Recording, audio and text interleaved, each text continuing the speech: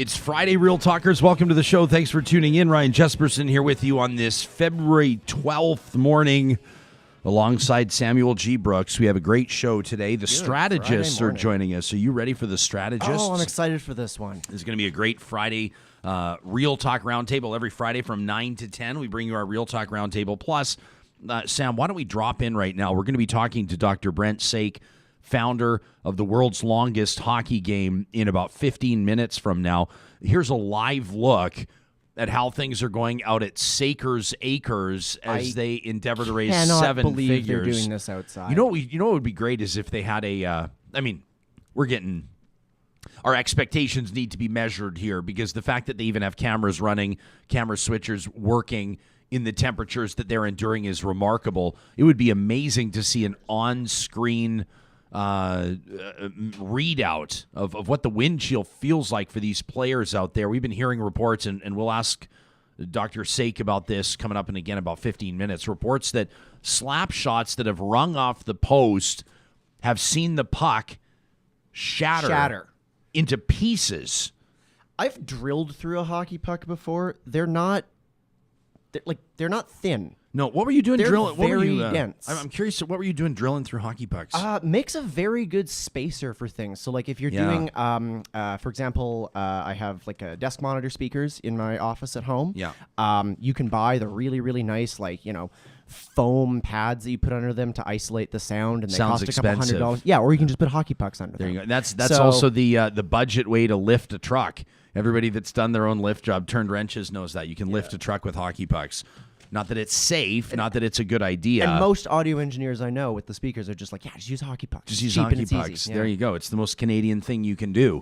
Yeah. So coming up, as promised on my Twitter the other day, we're going to get into a stack of emails right out of the gates today, because it happens, doesn't it, that we get into these conversations on the show, and if you listen to the podcast, if you watch us on YouTube, all of a sudden a conversation becomes compelling, and then the next thing you know, the 10 or 15 minutes that we promised for emails evaporates, and you're going, I actually took some time to type out something pretty great, Jesperson, and I would love to see it considered on Real Talk. So that's what we're doing out of the gates. We'll begin by reminding you that the team at Bitcoin, we talked to CEO Adam O'Brien yesterday. We hope you learned something about it. Some of you going, yeah, Bitcoin's not my thing, which is cool. Some of you going, I've got a lot to learn about this. Well, that's where they come in. They have a team of professionals ready to simplify it for you. One of our listeners, she wrote in yesterday and she said, I'm pretty sure I would have enjoyed that segment, but I don't even know where to start with Bitcoin. Wrote her back and I said, just get in touch with their team. That's what they want. You can link to their website under the sponsors tab. It's right at the top of the page. Just follow the link at ryanjesperson.com. Real Talk starts right now. Here's Ryan Jesperson.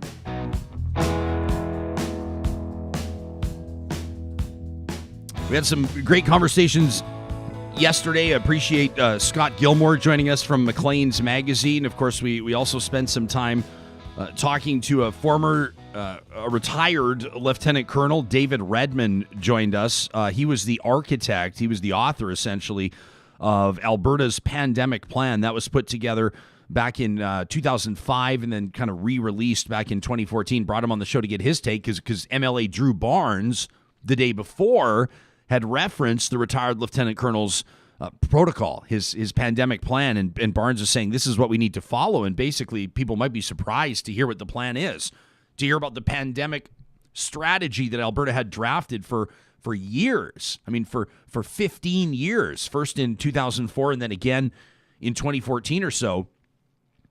It includes, measures that are maybe not the most popular or not being pushed out by public health officials, right?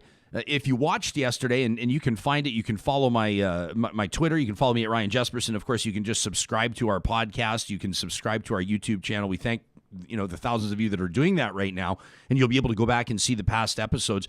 Some people were enraged that Drew Barnes and David Redman were on the show, and some people were grateful for it. Many of you were surprised. Here's what you had to say on the emails. All right, let's just get into these. Loved this from AZ Babin, who wrote in to talk at ryanjesperson.com, said, unlike what seems like 99% of the Chatterbox respondents to the guest, to Drew Barnes, I actually agreed with everything that he put on the table, except for non-mandatory masking. Feds and the provincial governments have completely botched pandemic response management by ignoring all the early warnings available and still continue with knee-jerk reactionary measures to combat COVID. AZ says, don't get me started on what federal party it was that shut down pharma, that shut down vaccine production here in Canada. I've seen a lot of people mentioning Brian Mulroney this week. AZ says Canada is an island, kind of like New Zealand, by virtue of the fact that we are painfully insufficient. In other words, we're not self-sufficient on so many levels, in my opinion, says AZ. I enjoy Real Talk immensely. Well, thanks very much. This one here we received from Doug yesterday. Doug says, in your conversations with Lieutenant Colonel David Redmond, says, one of the things that really jumped out at me, decisions made in emergency management, in particular in Alberta, have always been overridden by politicians. Doug says, I'm including floods and fires. Votes matter, so plans get adapted. Says, how much advice was taken from the Chief Medical Officer of Health in Alberta? The Premier doesn't take advice. Apparently, politicians know better. So respectfully, says Doug, the armchair quarterbacks can say whatever they want, but these decisions have been run over by the Premier. That's Doug's opinion. Angela says, with regards to Lieutenant Colonel Redmond yesterday on the show, and by the way, we tweet out highlights. If you haven't seen them, if you follow me on Twitter, you'll be able to see that we tweet out, about 2-minute clips of these interviews to give you a sense of what that interview's like. And then we also include, and Sam, we can just show people here, I've got the tweet here, we include the YouTube link every single time. So if you want to watch the full interview, you'll be able to find it there.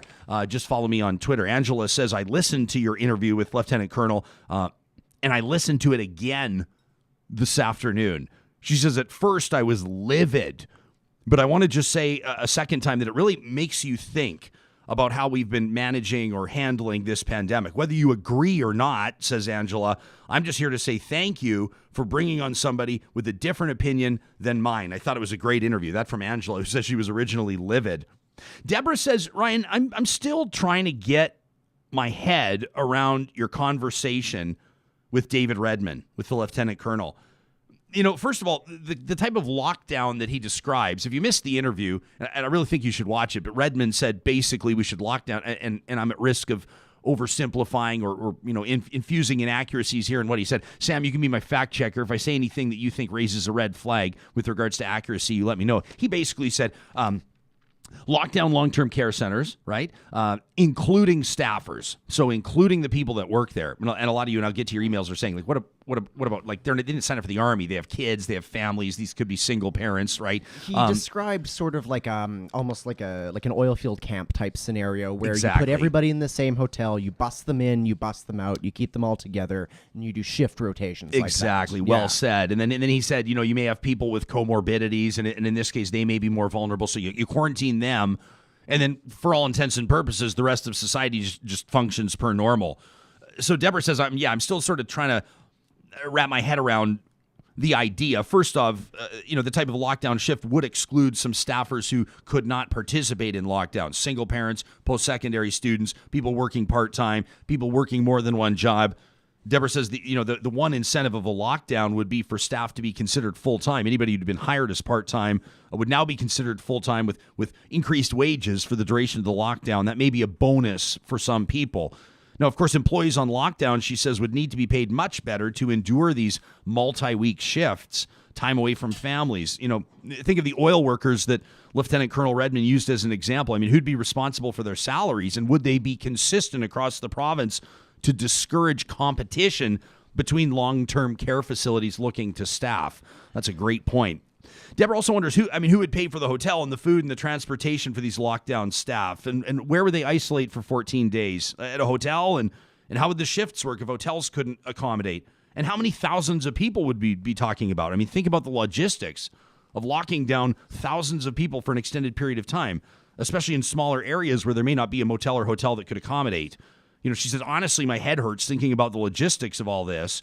The only benefit of this type of lockdown may be that long-term care workers working full-time wouldn't have to work multiple part-time jobs instead to take care of themselves and their families.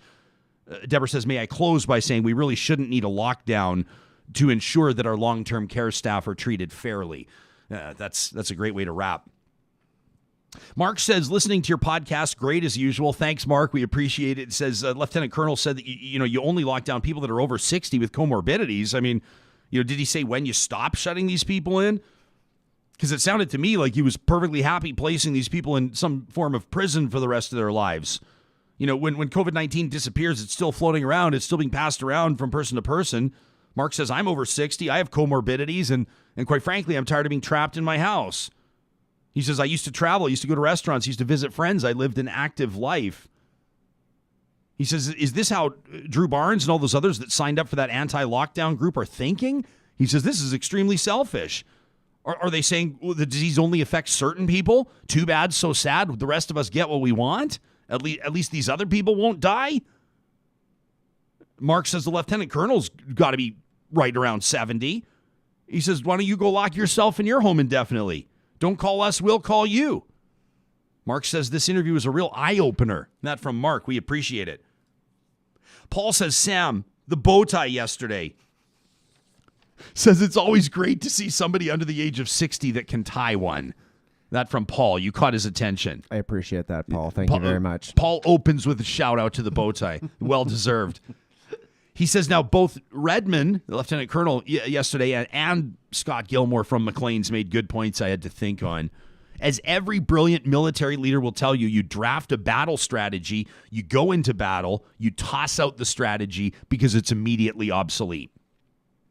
This translates to our pandemic reaction. For the uninitiated, strategy is always a very high-level plan based on the best information or knowledge at the time. Best at the time, not perfect, says Paul. As we've witnessed, no Canadian politician west of the Atlantic started their response by referring to plans laid out by emergency planners incorporating best practices from other countries. Nor have our politicians really listened to the scientists and the MDs on the front lines. They haven't read data specific to the virus and integrated into a well-planned and communicated strategy. Says, while I agreed with some of the points outlined in the plans the Colonel identified, we should know to take them in the context of a static plan revised 7 years ago that should have been thrown out because the first point in the plan, contained the virus, was completely ignored. So react to that epic fail and draft new plans. Paul closes by saying, as a side note, the Colonel reverted to the metrics of war, killed in action, the death count, to frame the situation, to identify options, to make recommendations. Paul says, I do not mean to suggest he doesn't feel for the families in question or the people that have died, but it is how the conversation and the thinking has been framed since day one. Yes, we want to avert death, but that is not the only metric by which we make decisions. Injuries, hospitalizations count too. They lead to lifelong issues and PTSD. Paul says, we must not ignore this. That's a great email.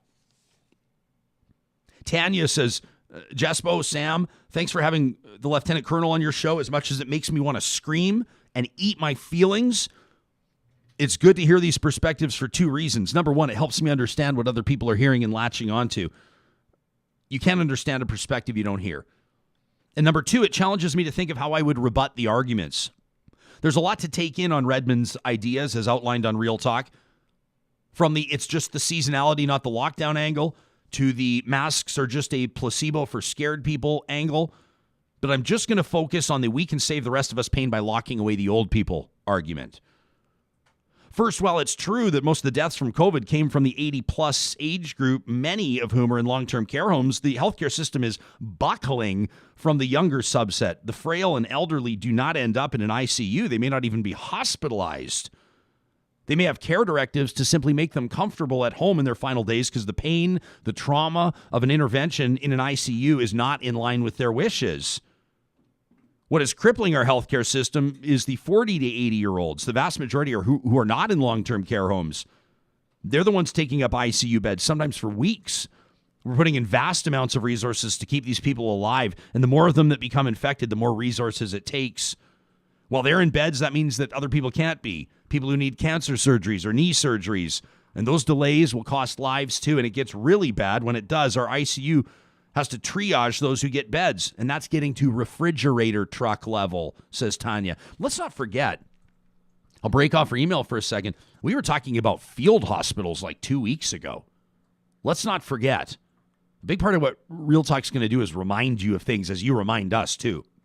Let's help keep each other's memories sharp. She says, and then there's this whole long hauler angle, says Tanya. Not everybody impacted for life by this disease has died from it. We're going to see costs to society for years to come. Now, is Redmond suggesting we lock up 40 to 80-year-olds? Of course not, but he is making his plans based on a small subset of data without looking at the whole picture. The very thing that he and the Liberty Caucus, this End the Lockdown Caucus, you talked to Drew Barnes about it, Ryan, it's the exact thing that they're accusing others of doing when they go on about the mental health crisis being as severe and how it's being ignored by lockdown advocates. So, yeah, Redmond's not a doctor, says Tanya. He's an emergency management specialist, but maybe in this case, being a doctor who works in a hospital and who sees who's lying in those beds would have provided some context and some perspective for him that may help him form better plans. And now I can relax. That from Tanya. Real Talkers, I'm happy to tell you that Tuesday, we're taking Monday off. We're going to observe Family Day. We're going to have a stat. We're going to be back at it live, 8:30 Mountain Time on Tuesday. And at 9 o'clock, Tuesday from 9 to 10, we've given a task out to 3 physicians. So infectious disease Dr. Lenora Saxinger, emergency room Dr. Shazma Matani, and ICU Dr. Darren Markland have been given homework. And they're going to be they're watching the interviews. Enough? They are busy. They've agreed to give us their time. They're in their off hours, Sam, and you're going to be getting emails with time codes on them because I've asked them to watch the Drew Barnes interview and I've watched them to watch the Lieutenant Colonel Redmond interview, and they're going to pull clips of things that they want to address. And for an hour from 9 to 10 on Tuesday, we're going to hear from an emergency room doc, an ICU doc, and an infectious disease doc. And they're going to go through and share their thoughts on ending the lockdown, not wearing masks, and locking down long-term care centers. And we're going to get a sense from the doctors. This is kind of the, we'll call it, the big newscasts call it continuing coverage, and we're proud to offer that. Do we have Saker ready to rock? Okay, real quick, I'm going to remind you that the reason that we do interviews like the one we're about to do is because we have the support of our incredible partners like Park Power. If you go to parkpower.ca, you'll know that they give 10% of their profits. They take them and they put them right back into the communities where they live, to the nonprofits that they believe in. We love how they approach their corporate citizenry. They've also got $70 to give away to each and every person that signs up for residential or commercial internet, electricity, and natural gas at parkpower.ca. Just use the promo code 2021-RealTalk, and that's $70 off your first bill. All right, this guy is an absolute legend. He is a Guinness World Record holder. Sam, he is the founder of the world's longest baseball game. That goes every couple of years. And, of course, the world's longest hockey game as well. They have raised millions of dollars for cancer research. And right now, the play is underway, as it has been for days, at his place, colloquially known as Saker's Acres. It's Dr. Brent Saik, the founder of the world's longest hockey game. Pal, welcome to Real Talk. Thanks for making time for us. How you doing, sir? Oh, buddy. That's the only time I'll ever say that. I take that back already. Yeah, I've never heard you call me sir before, and I don't expect to ever hear it again. I was going to say, I'm trying to find the nicest way to say you look like shit because you're an absolute legend. But you said go outside, so I'm going to do this for a second here. I can't believe we're making you do this. So tell us what we're seeing right now. Tell us where we're at and what we're seeing and how cold it is. Well, you're seeing Red beat up on Team White by about 100 and some goals right now. And I'm not sure what temperature is, but it's warmed up to, I think, minus 23 or something right now. It's the first time I haven't had a balaclava on in a week. Well, that's a real shame. I'm going back inside. Yeah, go back inside, pal. And we do have, by the way, Sam can show us the. You guys have the live stream set up, which is awesome. People can just go to worldslongestgame.ca and check out the live stream so we can watch everybody play while we talk to you. Saker, first off, I mean, probably most importantly, that hair. That mullo, we'll call it the moulet, that hockey hair. You've been preparing for this. It's evidence you've been preparing for this for months, obviously. Take us into what goes into a game like this. Yeah, it's years, actually. My son, Jesse, him and I made kind of a self bet that we would grow this mullet for almost 2 years now. We were growing long hair and then we cut it just before the game. But the deal was, as soon as the game was over, we were going to cut our hair and I could finally go back to normal and have that masterful salad like yourself there. Yeah. You could clean it up and be respectable again. No, hey, but Jesse wants to keep it now. That's the problem. Well, that's good. That's exactly what he should do. Hey, Saik, you guys, for people that aren't familiar with this game, you've broken the world record, what, 4 times now? I think so. We're currently breaking our own world record is sort of where it's at. The record, I think, has been broken by 3 other groups of people, all for the same reason. And every time that sort of happens, I get phone calls and they ask me, how do you do it? What do you do? How much food do you need? What do you put on your feet and all that kind of stuff? And I love having those conversations because there's a beautiful group of people in Buffalo that are going to break the record, I believe, in May. And in talking with them, unfortunately, that fellow has a very similar story where his wife passed away with cancer. And they're raising money down in Buffalo for cancer research, et cetera. So we have great conversations on what types of things that they do to make things easier, et cetera. And I feed back to him as well. It's remarkable the commitment that you and your fellow players demonstrate, not just on the fundraising, but in the actual showing up and skating. What record are you going to set? I mean, if everything goes well, what are we talking? It's more than 10 days. How long will you have been skating around the clock in these temperatures? 252 hours and minutes and stuff like that. We're breaking again, same as talking to the fellow in Buffalo and the other groups that have played this game. I think our record's 252 hours, 7 minutes and 8 seconds, and we're going to break it basically by a second or two. I figure at 10 or 11 days, you kind of prove your point, and we're not going to break it by a long time, that's for sure. So you woke up. I got a text from you. You know, we've been corresponding. You've been sending us some photos that we've just been seeing. Members of your team have been helping us out with putting this together. I know that you got off the ice at about 5:30 this morning, which means that we're interrupting your sleep, which is being jerks because you're going to have to be back on the ice again in a few hours. How do people the physical toll that this takes, Saker? Like, we're talking blacked out toenails, frostbite, obviously muscle cramps, things like that. How are people managing it all? Everybody's surprisingly doing quite well. And the only jerk part is my line right now is changing. That was sort of my 3-hour break. So there I go. Oh yeah, great. Sake's got another interview. It looks like he'll be a half hour late for his shift. So thanks again for that.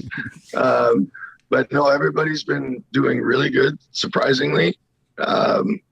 There's a lot of new people that are playing, and they've been listening to sort of the vets saying how to tie your skates, what kind of clothes to wear, some of the equipment that we have with our invented booties, we'll call them.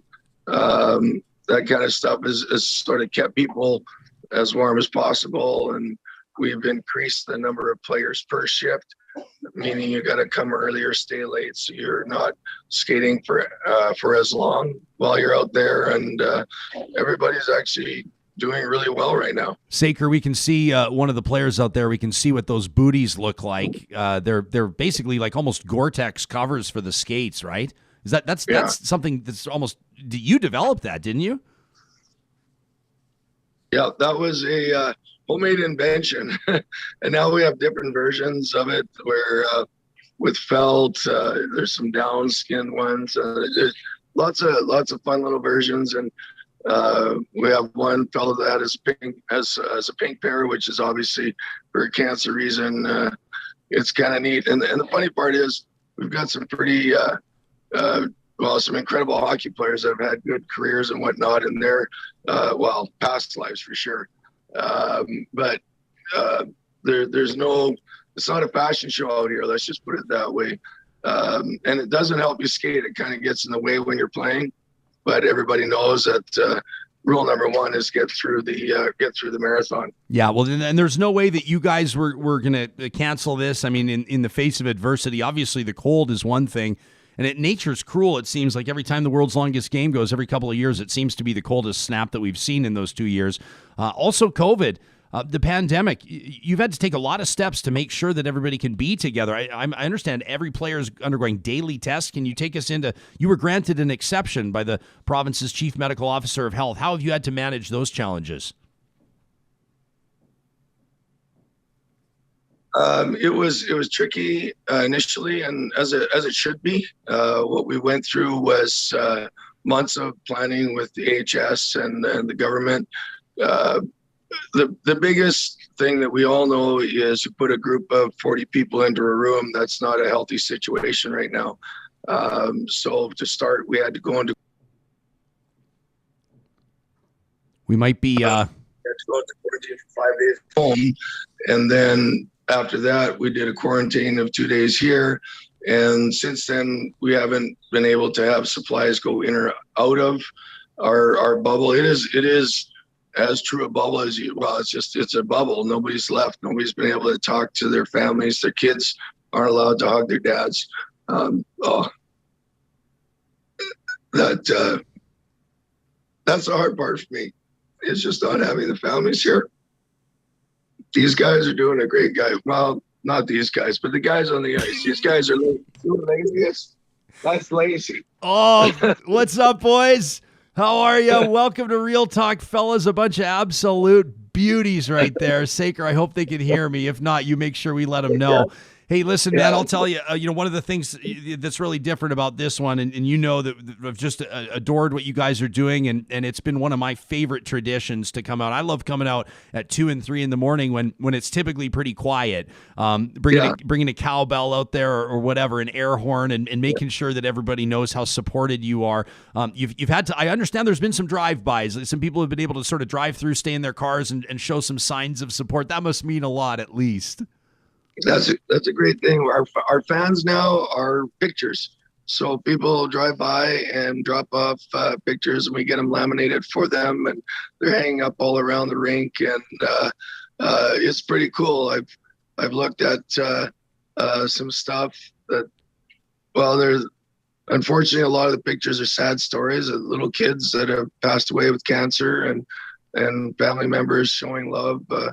We had an amazing time at around noon yesterday, where the push on getting this done and the question of why the urgency and why do it now, etc.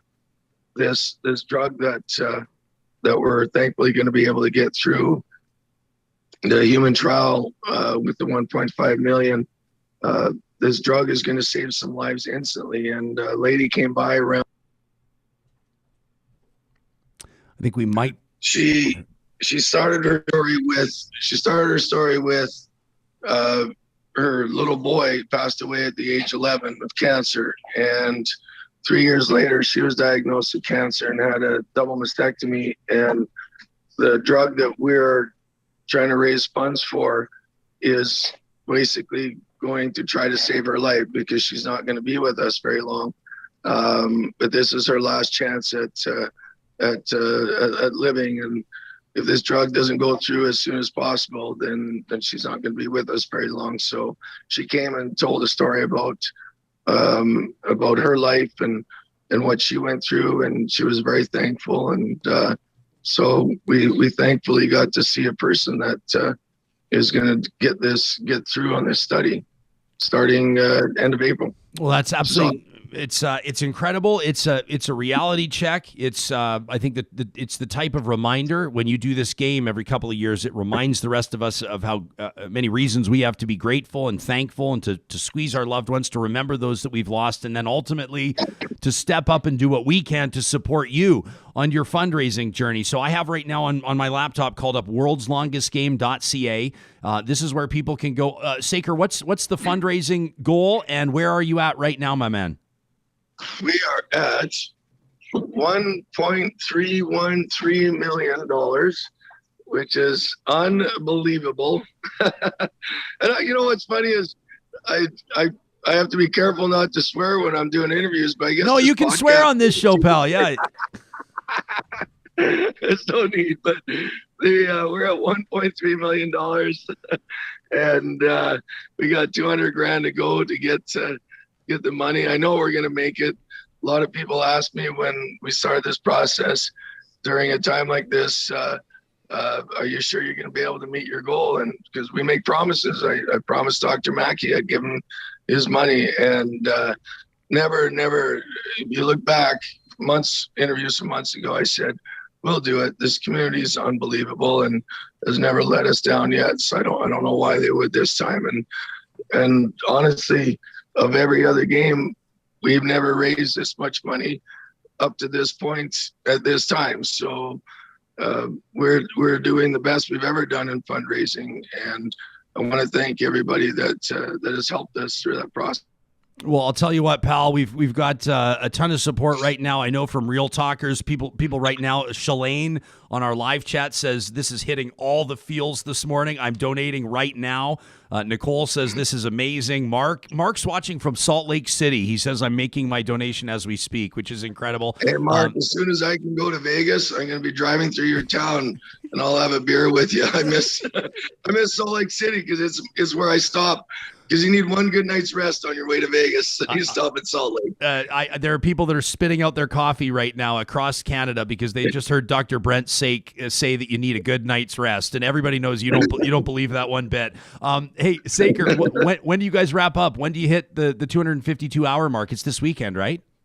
Yeah, at 6 a.m. on Monday morning is when we're casting 6 a.m. and change, etc. As soon as my son Jesse steps on the ice, that's when the players know that the game is over, and we've beaten the record and done our thing, and we move on. I kick everyone out of my house and lock the gate. Well, Katie says she's going to be dropping by to stay in her car and ring a cowbell out of the window. And Terry says that she's donating right now, and everybody's going to step up here, Saker. Again, worldslongestgame.ca. Absolutely love what you and everybody out there is doing. I should mention, obviously, the support team, your family, the volunteers, everybody that makes this happen. There's been reports people can see on social media, people hitting posts, and these pucks are shattering. They're breaking into pieces. It's so cold out there. It's unbelievable what you're doing. You have my absolute respect and much love for you and everybody out there, Saker. Congratulations. I appreciate it. Thanks, buddy. Yeah, you bet. worldslongestgame.ca. Just a bunch of beauties out there raising more than $1 million for incredibly important research. And you heard medication as well. They've funded so many things over the years. Unbelievable stuff. Unbelievable stuff. This is a great time to remind you that the team right now at Clean Air Club is ready to help you save money and breathe easier.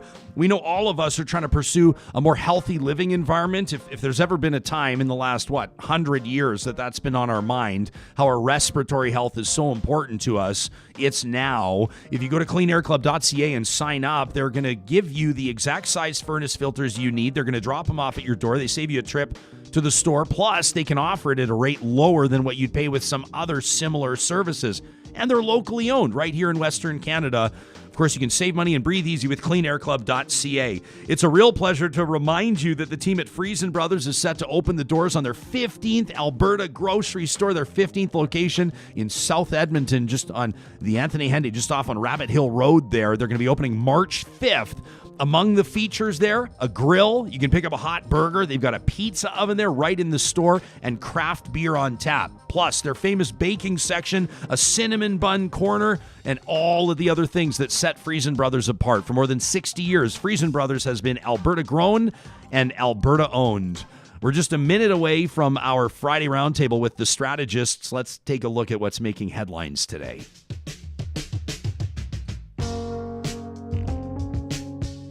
Well, right around now, we're expecting an announcement, a collaborative partnership between the federal and provincial government here in Alberta. Infrastructure projects expected down the line for communities, including Medicine Hat and Calgary. That announcement to be made momentarily. And, of course, keep your eye out for that as we sift through the details through the day. You know that more than 380,000 frontline workers in Alberta will receive one-time payments of $1,200 from the government for working through the COVID-19 pandemic. This was announced by Alberta's Premier on Wednesday. Now, we're hearing from some groups that are saying the program needs to be expanded. They're saying school bus drivers aren't getting covered here if they don't work enough hours. They're saying substitute teachers should be covered. Meantime, public and private sector workers in healthcare, continuing care, education, and transportation, grocery as well, are checking to see if they'll be eligible for the benefit. You have to have worked at least 300 hours between October 12th and January 31st. The benefit funded 75% by the federal government, 25% by the Alberta government. This is an interesting one on the heels of our conversation with Adam O'Brien just the other day. Purpose Investments has been cleared by regulators to launch the world's first Bitcoin exchange-traded fund, opening the door for retail investors to more easily access a cryptocurrency that's been stalled by regulators for years. It was the Ontario Securities Commission yesterday that gave the green light for Purpose Investments to launch their Purpose Bitcoin ETF under the Toronto Stock Exchange. It'll begin to trade under the ticker BTCC on February 18th. It'll invest directly in Bitcoin. So in other words, it allows you to access the cryptocurrency without the need for a digital wallet. Do we have that shot of the all-time great Canadian, the legendary question asker, the man who potentially put Canadians on the map in the United States in a way that no other Canadian has, Alex Trebek, potentially, perhaps, one of the most trusted figures in the modern history of the entertainment business? Well, months after his death, have you heard this wonderful story? Beloved host Alex Trebek's legacy of kindness has endured. The show, Jeopardy! And his family have donated a significant portion of his wardrobe, certainly a collector wardrobe, to an organization that's helping underserved Americans get back on their feet. They were donated to the DOE Fund. That's DOE, the DOE Fund. They provide paid work, housing, vocational training, and of course, clothing to Americans with histories of addiction, homelessness, incarceration. The donation included 14 suits, more than 300 ties, 15 belts, 60 dress shirts. They say there's 9 pairs of dress shoes, 9 sport coats, 2 parkas, and 3 pairs, Sam, 3 pairs of slacks. Oh, slacks. Not trousers. Not trousers. Not dress pants. Slacks. Very specifically slacks. You imagine what it would do for a guy that's coming out of a situation, perhaps, finding a way out of homelessness, managing or finding a way out of addiction or incarceration, finally released back to the world, knowing you have something to give to the world, and you're walking into a job interview wearing one of Alex Trebek's suits. I love it. I love it so much. That just I can't even imagine what would do to the mentality of somebody. What a confidence boost that would give you. Wouldn't it be? It's such a, Alex Trebek is known for being a very kind, philanthropic, generous person to begin with, but just even post-mortem, you see his kindness still spreading. So this one just warms me so much. That's a great way to put it, Sam.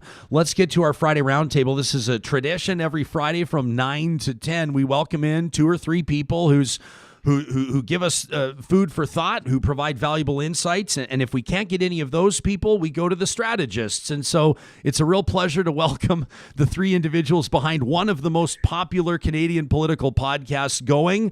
They've been at this for a number of years, which makes them veterans of the podcast scene. It's a pleasure to welcome a partner at Northweather, where he's VP Strategy, Zane Velji, the Vice President of Communications. He's Senior Associate Vice President, as a matter of fact, at the University of Calgary, Corey Hogan, and the President of Decide Campaigns, Stephen Carter. Fellas, welcome to Real Talk. Thrilled to have you here.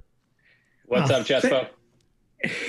Yeah, we walked so you could fly, buddy. That's we're trailblazers in the podcasting business here. Thank you. Well, I greatly appreciate it. Zane, let's start with you, because we're asking you to, if I can sort of infuse a hockey reference here, you're our Dustin Byfuglien, or you're our Brent Burns today. We're asking you to play out a position. Typically, you're taking the subject matter and you're throwing it in front of Corey and Carter for them to digest. You ready to step as a panelist today? I'm ready to hit cleanup. Usually the mediocrity that both of them present needs some sharpening. So I am ready to step in, sharpen some of the weak takes, make them hot takes, make them palatable to your audience. So I'm so glad to be here in this role, Ryan. It's something I've been looking forward to stepping out of the shadows of Stephen and Corey and their monster-sized egos. That's true. I'm thrilled that you guys are able to fit into the graphic windows that we have here. Typically, 4 people across one screen doesn't allow for big heads, but here we are. Hey, Carter, I was talking yesterday to Scott Gilmore from Maclean's, and he's saying, it's time. He says he says the Prime Minister's virtue signaling. He says he thinks that he's setting an example by working from home, but he needs to get back into the PMO. He needs to have a war room. He needs to have a representative from every province around the table, essentially a part of a bigger conversation around how the federal government has managed the pandemic. Right now, all anybody cares about is vaccine procurement and distribution to the provinces. How is the federal government doing in your assessment, Steve? Not great. I mean, we had a goal for December that wasn't met. We had a goal for January that wasn't met. And now we're not seeing the numbers that we expect to see in February. I expect that it will get better. I mean, Justin Trudeau has signaled this week that things are going to get better. I think that the challenge for him is that they absolutely must get better. There's no more leeway for him to miss another deadline and set us up for failure one more time. Corey, how would you evaluate, at least on the surface? I mean, you've done a lot of communications on behalf of government. How is this federal government? What story would you be telling if you were telling the story of this federal government to 35, 40 million Canadians? Yeah, that story was a little easier to tell a few months ago when we were talking about the theory, the hypothetical vaccines that we were all going to get, how we had 10 doses per Canadian. But when the rubber hits the road, we found that the specifics haven't exactly been in our favor, have they? We are not getting doses on a weekly basis at the level we want because all of our contracts are in a quarterly sense. So of course, if you're Pfizer and you've got contracts that allow you to extend your shipments to Canada, you're going to do it during these times of constraint. So as a government, what I'm trying to do is get Canadians to step back and look at the big picture and understand that that vaccine timeline has not fundamentally changed, but there are going to be ebbs and flows week by week. And I think that's what Justin Trudeau is doing. He always talks about quarterly numbers, continually reinforces the fact that we are going to hit our quarterly numbers, talks about the hundreds of thousands of vaccines coming in. Well, that's great, but we've got 37.5 million Canadians. So, at the current pace, it is going to be years before we are all vaccinated. But the zoom out approach is appropriate, and it is what he's doing now. Is it going to work? We still don't have needles in our arms, right? And ultimately, that's hard to get past because that's keeping us here in our little Zoom boxes instead of getting to be in studio enjoying the full Jesperson experience. Yeah, which starts with the Real Talk beer fridge, which right now is just so lonely. Sitting there in the corner, it's very lonely. It's so lonely. It's just off camera. Sam Brooks. Look at this big table we have for you guys. We built it for you. You guys would be in here. We'd be cheersing. We'd be getting into it. And of course, we know. So there is this kind of pandemic fatigue in a way for a lot of people. There's a pandemic exhaustion, and I want to be very clear. I don't want to take anything away from people that have lost loved ones. There's people who have loved ones on ventilators right now in ICUs. So let's not pretend like not being able to be out at a bar or not being able to be with 18,000 other people at a hockey game is the worst thing. But that's what most people are feeling, people that aren't in the ICU. Zane, do you see it? I mean, as governments now, including the Alberta government, including the Ontario government, are trying to reopen to a certain degree, fitness facilities, restaurants are saying we need to be able to keep our heads above water. Meantime, medical professionals are saying, we're getting ready for a third wave. We should not be doing this at all. I mean, how are you wrapping your mind around what intuitive policy would look like, Zane? Yeah, I mean, listen, this is not easy. This is three-dimensional chess for many politicians. They're having to balance the swim lanes of economy and health, and often the muddling of those two proverbial swim lanes is quite apparent as well. You're also now not just dealing, Ryan, with a third wave, but a third wave with the variants. And I think that's what the big issue here is, that the vaccines that we're getting in our arms will be helpful. Corey's points around communication as to what the Fed should do will be important. But if we have a third variant that is less conducive to the vaccines that we have on hand, man, oh man, are we in for a different story.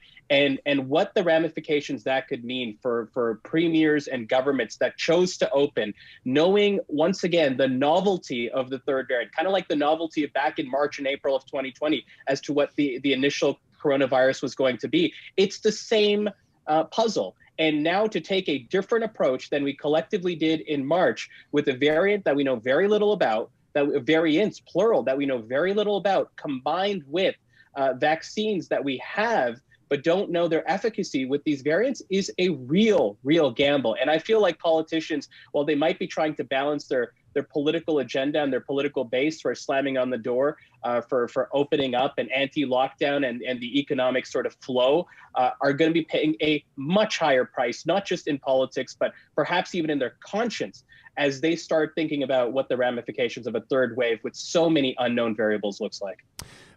Fellas, first of all, I want to encourage you all, like, don't just do what you do. Feel free to jump in and interrupt and, tell each other how ridiculous you think the takes are. You don't have to wait for me to throw questions in front of you. But Penny says, I'm really tired of these angry sort of warlike terminologies, war rooms and stuff like this. You know what I'm saying? Judy says, yeah, more war room talk. What about collaboration? What about working for the good of the people?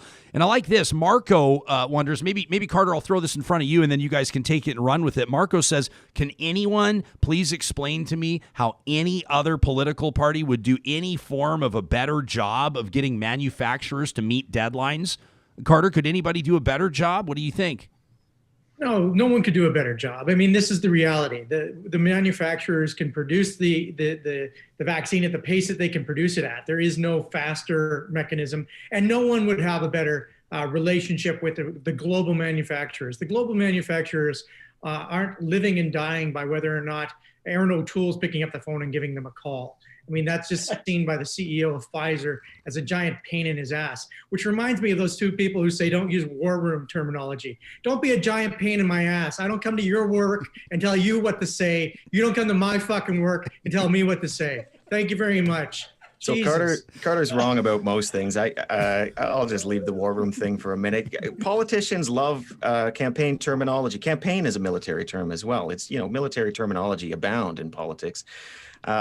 But when you say, could the Canadian government have done anything different? Well, obviously, yes, absolutely they could have. They could have struck deals that allowed week by week delivery. They could have paid a king's ransom in order to get more vaccines sooner, as Israel did. These were choices that the Canadian government made. And in some ways, you kind of have to look at it now and say, did we go for kind of the splashy? When you work in a workplace, you'll often have KPIs like the number of followers we have on our Twitter account. And somebody will inevitably say, does that matter at all? And I think it's time to start asking the question, does having 10 doses per Canadian matter at all? Maybe what we should have been talking about is how quickly we can get those vaccines from these different companies. And maybe that would have been a better metric. Maybe our procurement people should have been looking at what was going on around the world and the fact that you had countries across the EU and the United States trying to get weekly delivery numbers or bi-weekly delivery numbers and saying, is that going to be a problem for us given that we've given them a 3-month delivery window? And ultimately, yeah, things could have been done an awful lot different. Is this Monday morning quarterbacking? You bet it is. But this is not something that other countries didn't see coming. But there's also something to be said about this particular government, the Trudeau government. They have a pattern as it relates to taking the victory lap before the win is actually delivered. So they're perhaps on the victory lap when the win is yet to be sealed. And I feel like, I wouldn't call it boasting, but the telegraphing to the public that let's start cheering. We've got the most amount of doses per capita of any other country, Western world country, I believe country at large in the world, was something we were celebrating. And I think it was another one of many examples of this government being really good at symbolism, but then also perhaps, overselling the output of what they're able to deliver or execute upon. So yes, they could have done something different, to Corey's point on the execution. Signed contracts with the EU would have been nice. Things like, procurement strategies that, like Corey mentioned, that were on a weekly basis would have been nice. Expectation setting around some of those targets would have been nice. But it also goes down to a communications trap that this government has fallen in multiple times, which is around taking this victory lap prior to having anything delivered to Canadians. Kim is watching. I want to get to a few of these comments, but this is amazing. Kim says, this is one of my favorite comments I've ever received since I've started doing the show. It's a little in the weeds. It's a little inside baseball. Keep your eye on the middle frame, everybody. Kim says, I align with Corey Hogan. I regret for a time I confused him with Corey Morgan. My apologies to Corey Hogan. Okay, the rest of the show. Here we go. Let's talk about the differences between the two. So should we? You know what? That is a regrettable one. I also sometimes get confused with Corey Horgan and Cole Horgan and Cole Hogan, and there's all sorts of people with how about names Cole adjacent. Haan? Cole Haan is a thing? Never happened yet, but I'm a young man. So this is the reference is to a ardent right-wing conservative entrepreneur out of Southern Alberta that has a tiny little fledgling podcast that welcomed Premier Kenney, who was willing to grant an interview. And it was on that podcast, if I remember, that he called the governor of Michigan brain dead, who is now quite determined to bury the Line 5 pipeline, perhaps as a result of what she heard. So we may be underestimating the power of that podcast. It could actually get a very important pipeline canceled. Yeah, this is the ongoing legacy of Premier Kenney, right? His verbosity, his speech has just done nothing but actually hurt Alberta. He's been pretending to fight for us, but at the same time, he's just been hurting Albertans by making it easier for the federal government to walk away, or the American federal government to walk away from Keystone XL, and making it for the states a very easy political opportunity to fight him on Line 9 and other pipelines that we desperately need. We're very, very lucky that Justin Trudeau bought TMX and is building that for us. Otherwise, we'd be well and truly screwed. Yeah, the fight back strategy is a little bit like calories from sugar. It sounds conceptually great, right? Yeah, we're going to stand up for our industry. But ultimately, there's no nutritional value. And it turns out denial is not a very good strategy. What's ended up happening is we've antagonized groups and we've elevated embarrassments to an international stage. There are all sorts of whispers in the halls of DC about the Canadian approach and Alberta's approach with this anti-energy campaign strategy that's going on. And who knows if those made their way to Joe Biden. I doubt that Joe Biden was that plugged in and figuring out exactly what Alberta was up to at that time. But certainly some of the people around him are aware of this kind of campaign of mindlessness where we're taking on opponents of an industry that has some real challenges right now. And rather than fighting back stubbornly, I think we need to be talking about paths forward and how we can compromise and how oil can be part of the end of oil, if that makes sense, and how we make sure that the transition occurs in a way that protects jobs and livelihoods here in Alberta and in all of these energy producing jurisdictions. But instead, we've decided to yell. We've decided to shout about it. We've decided to hold inquiries. We've decided to create war rooms. And ultimately, even though the $30 million war room gives us sticker shock here in Alberta, and I think rightly so, based on what it's managed to produce, that's a drop in the bucket when it comes to advertising. $1.7 billion is spent by Kraft on advertising grilled cheese sandwiches. We think $30 million into the pipeline debate is going to change the conversation. That's laughable. So what is the strategy that's actually going to work here? And how is Alberta going to transition to that next economy? Because let me tell you something, not to get a full-on rant going here, but in the 90s when we talked about this, nobody thought we were still going to be doing oil in 2083. I pick a date because that's when my youngest kid is going to retire. What are we going to be doing next? We used to have more conversations about what we're going to do next. And it seems now that people are afraid to because it seems almost un-Albertan to do so. But we have to have a conversation about what comes next in this province. And not only a shitty strategy, but I'll just add very quickly. You don't have to be quick. Okay, I'll take my time.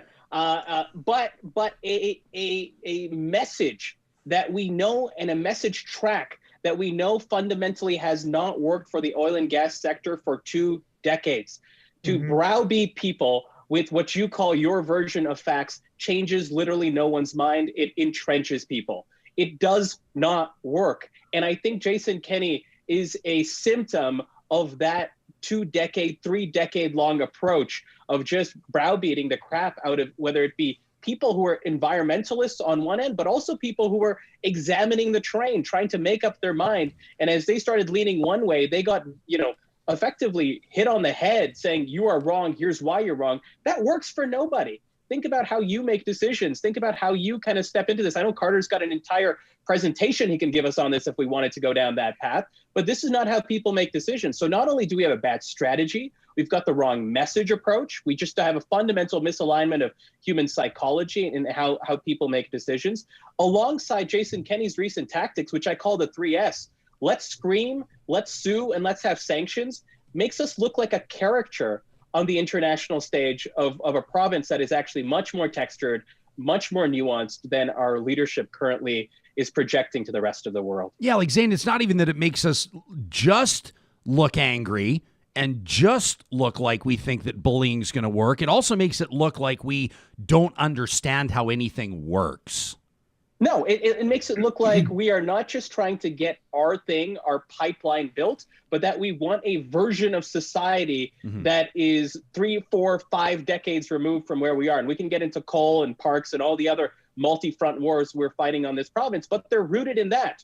They're rooted in Jason Kenney looking at Alberta as his petri dish for ideological ideas that he's been noodling for 30 years to try to hit on. And a lot of them are rooted in taking this place back to a 1970s, 1960s style approach where the world is not just moving, but COVID has catalyzed how quickly the world is moving. And as COVID has catalyzed how quickly the world is moving, that delta between what we are saying, how we're saying it, and who we're talking to becomes wider and wider and wider.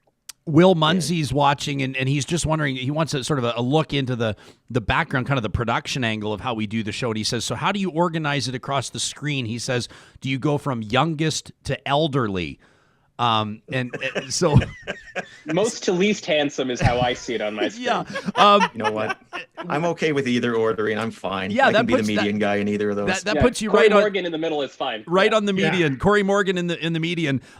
Jess says Hogan might also be mistaken. You might also be mistaken. You might be forgiven for mistaking him for John Mulaney. Says he sounds identical to the American comedian. You ever get that, Corey? You kind of do. Ironically, he's also just out of rehab.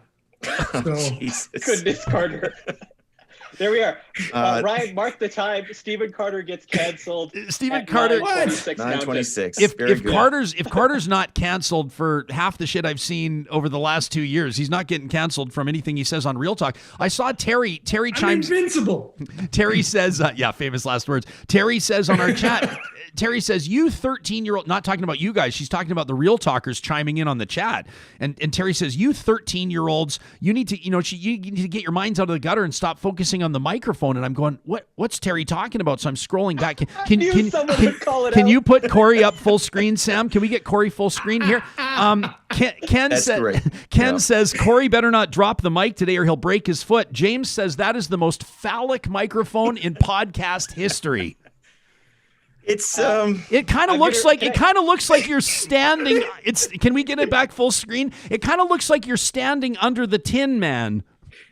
It's got character. I was trying to really play up this whole podcast thing. You're the only one who gets a hanging dongle of a mic here, Ryan. Is that what's going on here? Yeah, that's right. Yeah. Okay, let's get serious for a second, guys. There's Why would we do that? I don't know. We don't have to. I mean, you can take it right off. You can take it right off the rails again if you like. By the way, we're talking to Zane Velji, Corey Hogan. I have to double think now when I say Corey's name. Which Corey is it again? Corey Hogan and Stephen Carter of the Strategists podcast. It's I think easily one of the best Canadian political podcasts around, and certainly one of the longest running. So I'm going to paraphrase a bunch of these questions because there's a ton along the same lines. Travis asks you, Corey, do you know anything that the Prime Minister could have done, the Liberals could have done, that wouldn't have the opposition braying like mules? I mean, if he would have paid more, they'd have a problem with that too. Other people are saying, boy, Alberta politicians have always been able to gain political favor, political capital by clashing with Ottawa, but have you ever seen it to this extent? I'll throw it to the three of you, starting with you, Corey. Yeah, well, of course, the opposition would be braying it like mules about anything the government would do. They would be a pretty piss poor opposition if they were saying things like, oh, great job, Justin Trudeau, let's move on.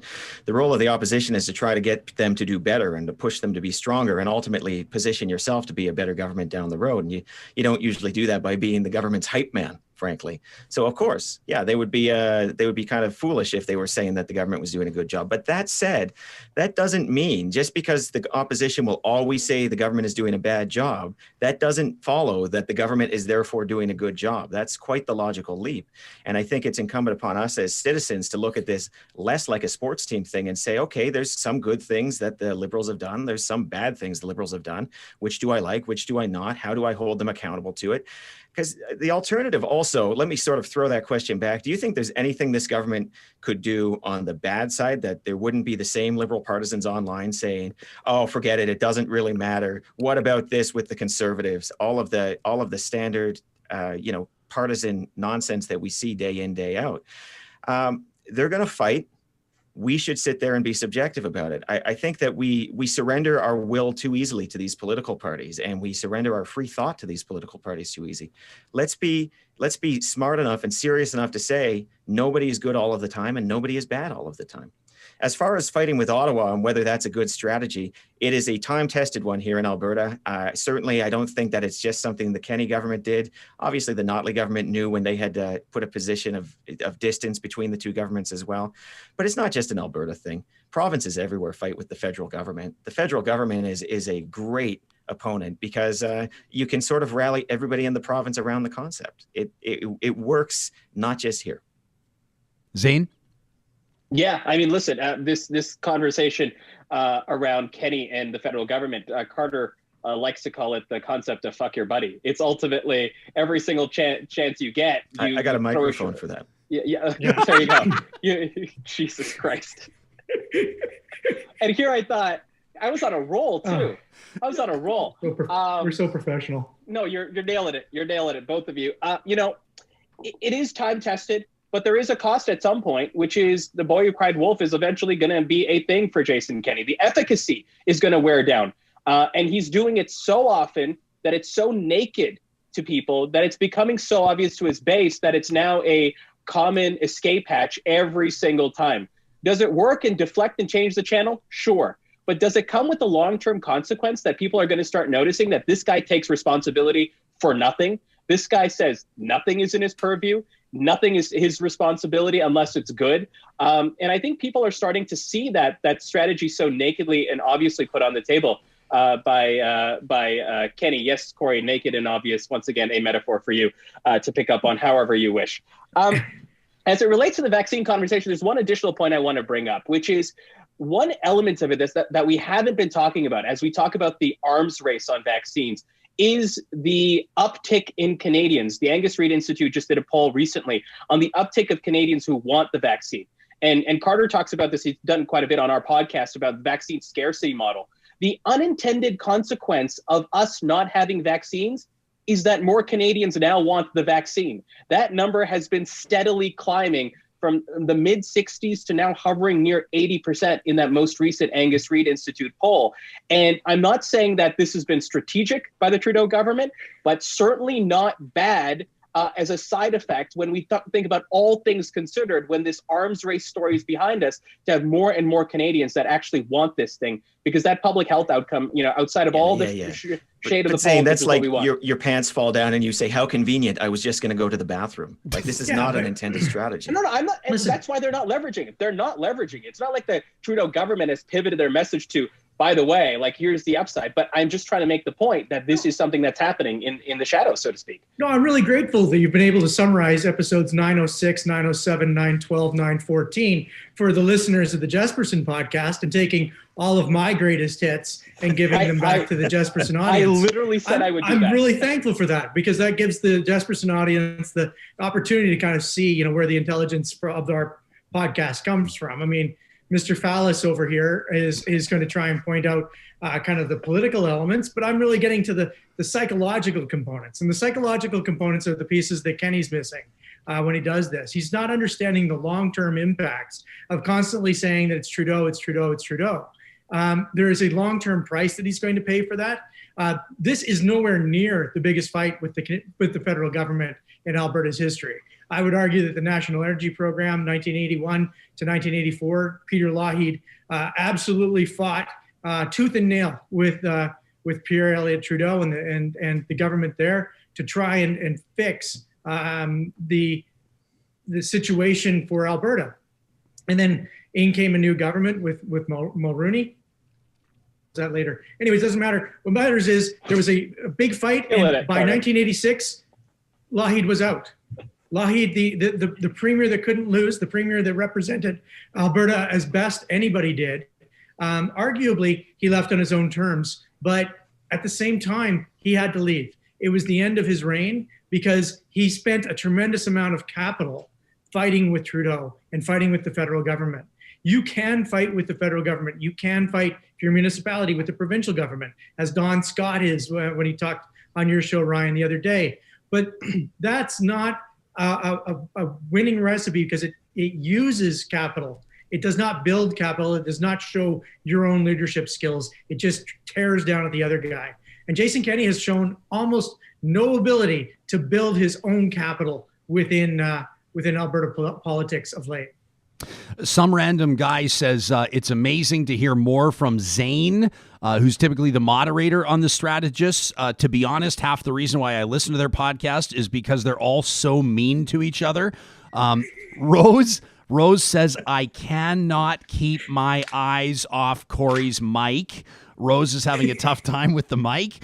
This is an interesting question from David. David wonders, do these three think that the backtracking, I mean, you guys just mentioned Cole and Parks a couple minutes ago. The UCP has walked back the Cole plan after outrage, and I think I'm curious to pick your brains on a government using outrage as the metric for when it walks something back, or when it consults for that matter. But they've walked back Cole, at least for now. They've walked back a plan on Parks, at least for now, although I think a lot of people are right to be suspicious and wonder what's actually going to happen here on these files. Has it woken people up, Carter? Well, I think it has woken them up. I mean, outrage, it's one thing to be upset about a government decision in healthcare, but if it doesn't immediately impact you, you go about your regular day and that outrage fades for the next outrage. You become outraged about something else. The Parks decision and the Cole decision are two decisions that have kind of grabbed the public attention, and they've landed as a 1-2 punch. So the outrage from Parks grew as the Cole decision was being announced. And I think that right now the next outrage is going to be outrage with a lack of understanding of what it is that the provincial government is actually doing. I mean, for Jason Kenney last week to say that he had not rescinded the policy, I mean, that was just a blatant lie. He was trying to use synonyms to try and get around what he had actually done, which is a load of absolute crap. The man was lying to our faces, and he sent out his energy minister to try and clean up the mess that he made. And now we're not even sure that the mess is cleaned up. I think that this is the lack of trust from Albertans to this government is now something that will define the future for the government. Because if Kenney says one thing, there's absolutely no reason to believe him. The only thing, what hasn't he lied about in the last few months? What has he not brought to our attention that has been 100% false? And so that undermines the government. And these little pieces add up over time. You can't just continually, lie one after the other without having a long-term impact. And the breakdown of trust, I think, is going to be terminal for Kenney if he doesn't start to figure things out really in the next couple of days or weeks. Because his next budget, if he continues down the path that I think he's going to go down, the next outrage is only 2 weeks away. Well, Carter's totally right about the stacking challenge that Jason Kenney has at this point. The Parks thing was boneheaded and deeply unpopular. And, if you walked around my neighborhood here in Calgary, I live in Crescent Heights, you would think that Defend Alberta Parks was a political party and it was about to have a landslide. But now you're stacking on the Cole thing on top, and that starts to become not a one-off, but a trend. And it tells you something about these individuals. And it builds within the public a sense that they are always going to do things like this. And in fact, Carter sort of fell to that as well by saying that it's been terrible. There's been nothing done right in the past month. And it's been a horrible month. But there's never a month in government where there's not some good going on somewhere. It's just being overwhelmed by all of the bad. But the budget really is the next flashpoint. Name the good thing, Corey. I couldn't possibly. I don't know. I'd have to go through the OCs for like an hour. But I asked on Twitter to give me one good thing. Yeah, that's Twitter knows everything. That's a great model. Don't start. The people on Twitter, the people listening to you right now, Mr. Fallis. So here's the thing. I got one good thing, and that was the privatization of driver's licenses exams. That's wonderful. That happened at the beginning of the tenure. One good thing. The February 25th, though, is the budget, and this is a big moment. We know Jason Kenney is facing pressure from Albertans. We know he's facing pressure from his caucus. Budgets have to make decisions, and you could really see things being exacerbated and kicked off in a big way when this thing drops in the House on Thursday, February 25th. Mark your calendars. I'm trying to sort out. I'm trying to figure out what this comment is from Tracy on our live chat. She just posts a bunch of eggplants. I'm not sure what she's trying to say. Does anybody know what that may be meaning. Well, big I aubergine think that Corey fan, that's Morgan's fine. going to get lucky tonight. Yeah. Is what's going to happen. I got a question here from Chris. I want to get to that in just a second. Fellas, you have time. You have 90 seconds to top up your coffees because we want to remind our audience this morning that this show is proudly presented in part by our partners at Kubi Energy. Kubi Energy is doing remarkable work on solar installation and integration in Western Canada, in particular BC and Alberta. All of their installers are certified electricians or electrician apprentices. It means that they're not using subcontractors on your home. You can have confidence in the job that they're doing. They're also helping you tap into this new have you seen this program for businesses across Alberta? The ability to install solar panels, complete energy efficiency measures with 25% off the tab. This is all part of this new commercial grant, and Kubi manages all the paperwork for you. They're one of the most experienced commercial solar contractors in Alberta. You want to see their work? Go see a shot of the Edmonton Convention Center. They did an amazing installation there. And of course, Kubi presents positive reflections. If you have a good news story, we want you to email it to us, or a beautiful photo, maybe how you're making the most out of this cold. Talk at ryanjesperson.com. That's coming up on Monday. Also wanted to give a big shout out to the team at St. Albert and Sherwood Dodge. Their 2021 Jeep lineup has everybody talking, and they've got the best selection of Jeep and Dodge Ram trucks in the province of Alberta. They've got that fuel-efficient Jeep Compass, the 7-passenger Grand Cherokee. That's my personal vote for best bang-for-buck SUV in the market right now. And, of course, the Grand Wagoneer, which is coming out a little later on this year. Keep your eye out for that at St. Albert and Sherwood Dodge. And, Sam, you know what I'm calling for right now. Take a look at this, everybody. If you're in the other room and you have Real Talk up on your big screen, it's time to go check out what Sam Brooks is going to put up right now. Ladies and gentlemen, our friends at the Dairy Queens of Northwest Edmonton and Sherwood Park are super excited to have you covered for Valentine's Day. Michael Lieber, who owns a couple of those Dairy Queens, popped by the Real Talk studio yesterday, all masked up, and hooked us up with a couple of these cakes. Sam, your initial review, your initial thought?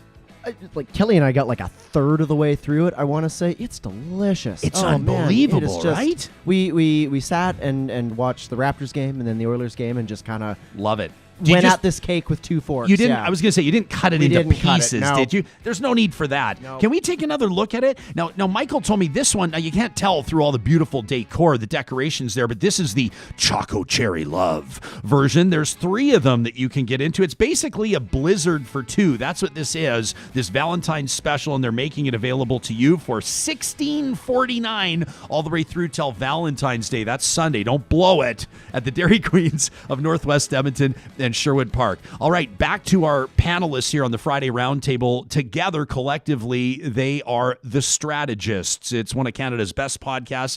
Hey guys, I've never told you this actually, and Carter's going to think I'm fucking with him, but I'm actually being serious. It is the first podcast I ever subscribed to. And sincerely, I listen to it every week. Right on. And I love the takes. This one from Chris. Sam, you can still see my screen, right? I'm going to call something up for you here. Take a look at this, fellas. This is the first that anybody but a judge is going to see. I've just received this from Mayor Don Scott's office with the regional municipality of Wood Buffalo. This is a sworn affidavit from Fire Chief. This one from Jody Butts. This is going in front of the courts as we speak. As a matter of fact, the regional municipality of Wood Buffalo will be in front of a judge at 10 o'clock today. This after Alberta Health Services has sought an affidavit to force the municipality to bring its 911 service back in line with AHS. They say they're not going to do it. Corey, is it the right move? Chris is wondering, watching in. He says, is the mayor blowing it, or is he doing something smart here? Well, the municipalities are between a rock and a hard place because, of course, you've got a government that provides them so much funding and so much goodwill, and you've got a public who is rightly concerned about the services and saying, rescue 911, right? You've got to go out there and you've got to bring these services back home. So I don't know. I mean, time will tell. Like there were a lot of these anxieties also occurred when AHS centralized a lot of the services back in the 2000s. But ultimately, once the hiccups were worked out, it became probably a more efficient system. Now the problem is those hiccups mean lives, and there's no tolerance for hiccups at this point. And the EMS service transition has not been particularly smooth, and we're seeing a lot of angst from across the province. Just added to the pile of things that are perhaps unnecessary fights. When you look at the efficiencies being driven, the money being saved, if you want to think about it in those terms, I just can't imagine it's worth it. And that's largely true of things like the parks and the coal decision as well. I have a real hard time understanding the priority setting decisions of this government. And I think this kind of speaks to the nature of this government. This is what I mentioned earlier. This is a petri dish for Jason Kenney to do ideological things, big and small, based on his little experiments and his past proclivities. This is an extension of that. They're doubling down on this, not because necessarily it's going to save a ton of money, but because this is ideologically the remake Jason Kenney wanted for this province. And stuff like this, stuff like coal, this 19-front war that he's fighting, a lot of it is deliberate. You know, a lot of it is stuff he wanted to fight as part of his remake. So Zane, you know, I want to back that up a bit. One of the strangest things that happened in my time in government, I ran communications for the government under both Premiers Notley and Kenney, is when Notley was Premier, the NDP government banned door-to-door salesmen, furnace salesmen, because what was happening is there was a lot of abuse of elders, there was pressure sales tactics, and people were being stuck with massive bills for things that they didn't need. And this happened sometime in December. It was around Christmas. I think it was December 1st-ish. So the government posts on social media, we're banning this. By far the most popular social media post on a policy the government had ever put out. What normally happens is the big posts in government tend to be the things like, take care of people over the holidays. Here are the crisis lines, because those are things everybody can get behind. But when you post a policy under a government account, you don't normally get that kind of engagement, but thousands of engagements, thousands and thousands, tens of thousands. And I remember Jason Kenney came out shortly thereafter, and he said how outrageous that the NDP would get in the way of free enterprise in this way. And I remember thinking, like, holy cow, like, you know, this is not about popularity. We know what the popular move is here. This is about ideology and this idea that you would put any restraints on the free market whatsoever. And I was really struck by that. And it made me sort of appreciate that Jason Kenney's got this massive blind spot, because he does truly, truly believe in these free market beliefs with no adulteration whatsoever. And you're starting to see that here in Alberta. And I don't believe Albertans are those people. I think Albertans want reasonable limits on things like that. And he's willing to burn political capital on it. That's what's interesting to me, is that for the smallest things, he's willing to burn disproportionate political capital. So if there's one thing I'm confused about, it's not the prioritization. I think we've teased out where that's coming from. It's why burn so much political capital on this when your reelection looks so tenuous right now. Like, even with a two-party structure, it's looking like it's touch and go for Jason Kenney. Maybe he's taken for granted how strong he is, but I find that to be the confusing part from my perspective. Well, and you probably have to look. Sorry to interrupt, Carter. I'll get out of the way here in a second. But like, you look at sort of how Kenney has forged his political career. I mean, there's a remarkable bit of long form reporting. We saw a piece in National Observer this week, and then Jason Markusoff in Maclean's just the other day, and both of them go deep. The piece in National Observer in particular talks about his time at this Jesuit college back in San Francisco, like bullying college administrators, the fact that they allowed a pro-choice group onto campus. Kenney goes after the college to have its Catholic designation pulled. Like, he's always been this kind of a guy, right? I go on with Charles Adler a couple weeks before the provincial election. I talk about how he's got to get rid of Mark Smith as a candidate in Drayton Valley because he says gay love isn't real love. What does Jason Kenney do in response to it? Tells his entire caucus they can't come on my radio show. Like, all the guy knows is flamethrower, crush the ant, wield the big hammer. And when people start to see you for a bit of a jerk, or maybe not a bit of one, then all of a sudden you're in a tenuous position. Carter, would you agree? Yeah, totally. I mean, when you start to dislike the person who's in the office, you can walk away from them. Alison Redford went through the same thing. Ed Stelmach was never particularly well liked. That is the thing that really brings governments down. Jim Prentice, when he told us to look in the mirror, that was something that really offended us. It upset us. We were angry, and that's what Jason Kenney does all the time. And not only that, with Don Scott and the municipal mayors, he's actually modeling the behavior that Don Scott's using. Fight with the level above you is a tried and true political governing strategy. And he's saying essentially to Don Scott, have at her. I'm going to give you this thing to beat me about the head with all the way through the next year. And this is just the beginning. I mean, we've already started to talk about the February 25th budget. Do you think the municipal grants are going to stay at the same levels in the next budget? They're not. Don Scott, Nahad Nenshi, Don Iveson, all the municipal mayors, AUMA is going to have a field day going after this government. And it doesn't matter if they were ideologically opposed or ideologically aligned when they started this election campaign or this government of Jason Kenney, they are now in their own campaigns, and they are going to come after Jason Kenney because that's the winning strategy that Jason Kenney himself is modeling with Justin Jason Trudeau. Kenney taught them. It's like those old commercials. Like, I learned it from you, Dad. I learned it from you. If you're going to fight with the order of government that you interact with, that's quote unquote above you all of the time, then don't. And it's a successful strategy. Don't be surprised if it's deployed against you. And what is really fascinating about this moment is that municipalities, who are much more beholden to the provinces than the provinces are to the federal government, have decided, yeah, fuck it. Like this is what we're going to do. This is where my people want me to be. This is what I've got to stand for. And what blows my mind, Corey, is that this isn't like, it's not the mayor of, it's not the mayor of Edmonton, or it's not these are like conservative hotbeds. Like when I get Craig Snodgrass, the mayor of High River, to come on and say Jason Kenney's full of shit, like on the record, that's remarkable.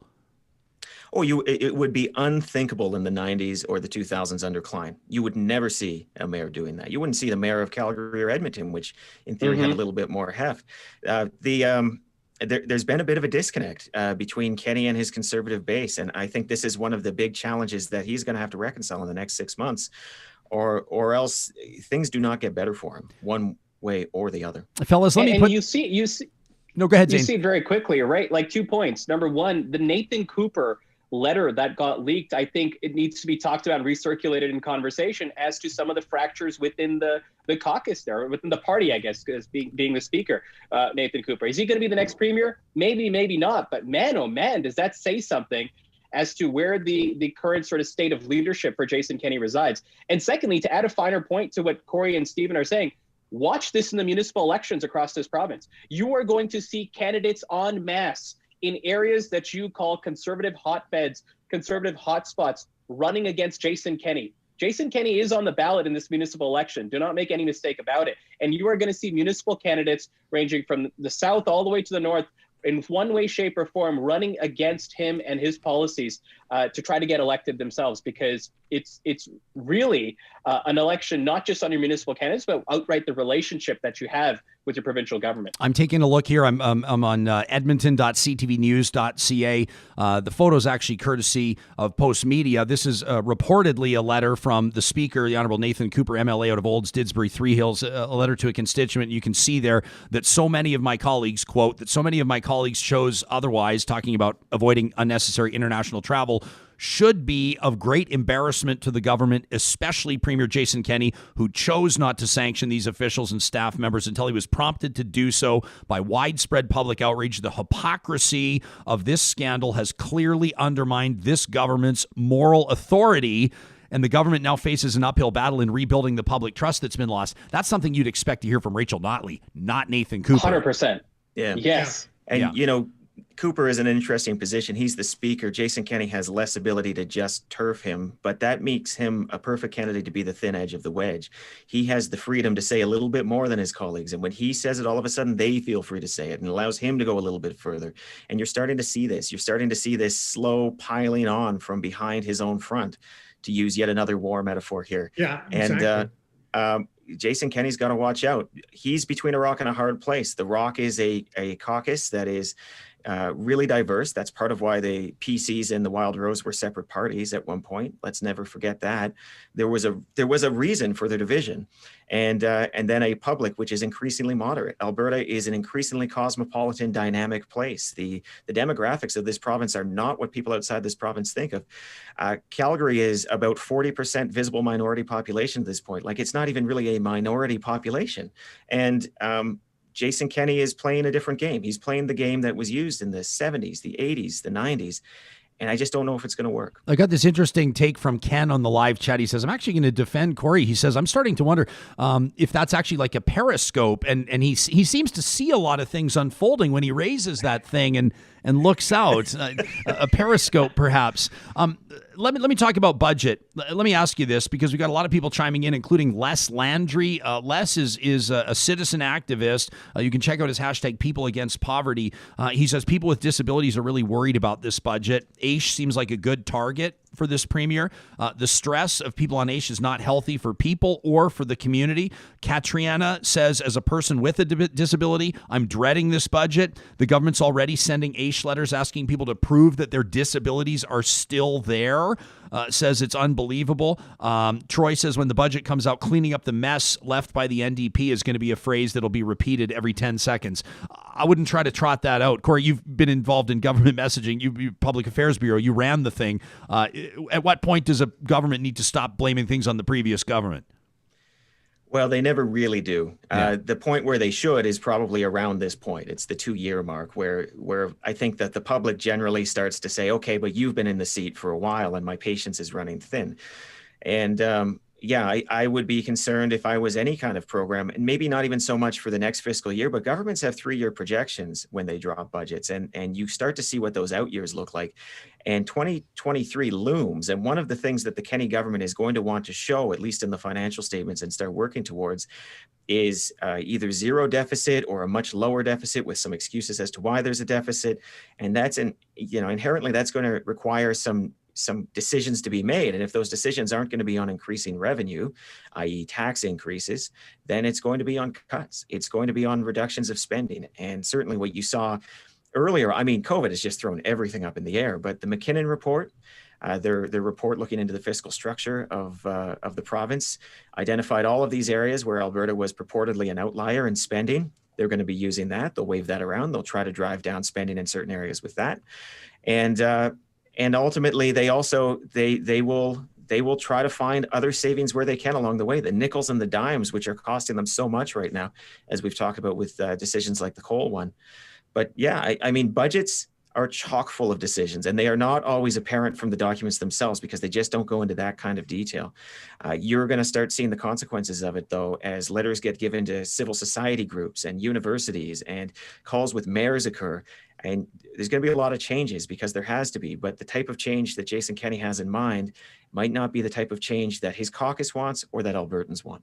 Yeah, I mean, there's definitely going to be a situation where Jason Kenney is taking hundreds of dollars out of the pockets of the disabled and unable to work in order to put thousands of dollars into the pockets of corporations that don't need it. This is the great challenge that he's done so far. He's reshaping our society by putting, by changing the way that we think of corporate welfare. He campaigned against corporate welfare and he's jumped all over it. He's giving corporations a tremendous leg up, and it's not paying dividends. He told us that we would have jobs. He told us that he would improve the economy. He told us he would get pipelines. He's a giant failure, and he's going to take it out. I think the disabled advocates, the poverty advocates, are completely right. The people who are most at risk in a Jason Kenney environment are those who are least able to defend themselves.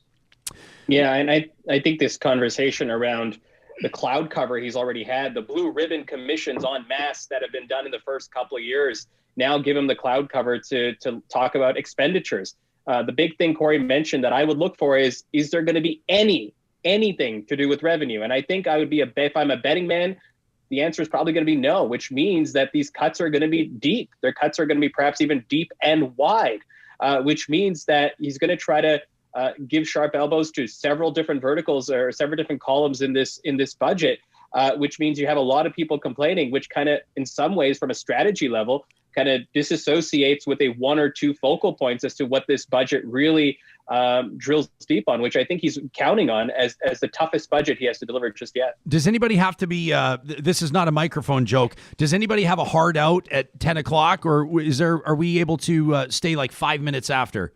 Yeah, we can do 5. Okay. Yeah. Just 5 minutes, because I want to ask you about two things. I want to ask you about Alberta's upcoming municipal elections, and then I want to close. Former President Donald Trump's defense team is about to begin their arguments in about 4 hours from now with regards to his second. Look at Carter; he's just like ready to go. His second impeachment trial. Why don't we go to that, and then we'll wind up on municipal elections, because you guys have obviously had a ton of experience in those as well. Zane, everybody sees the Nenshi artwork there right beside you. Carter, what's going to happen with former reality TV star Donald Trump? Nothing. He's not going to be convicted in the Senate, but he will continue to be made to look the fool. And I think that that's the most damaging part right now. The Democrats have presented a compelling case.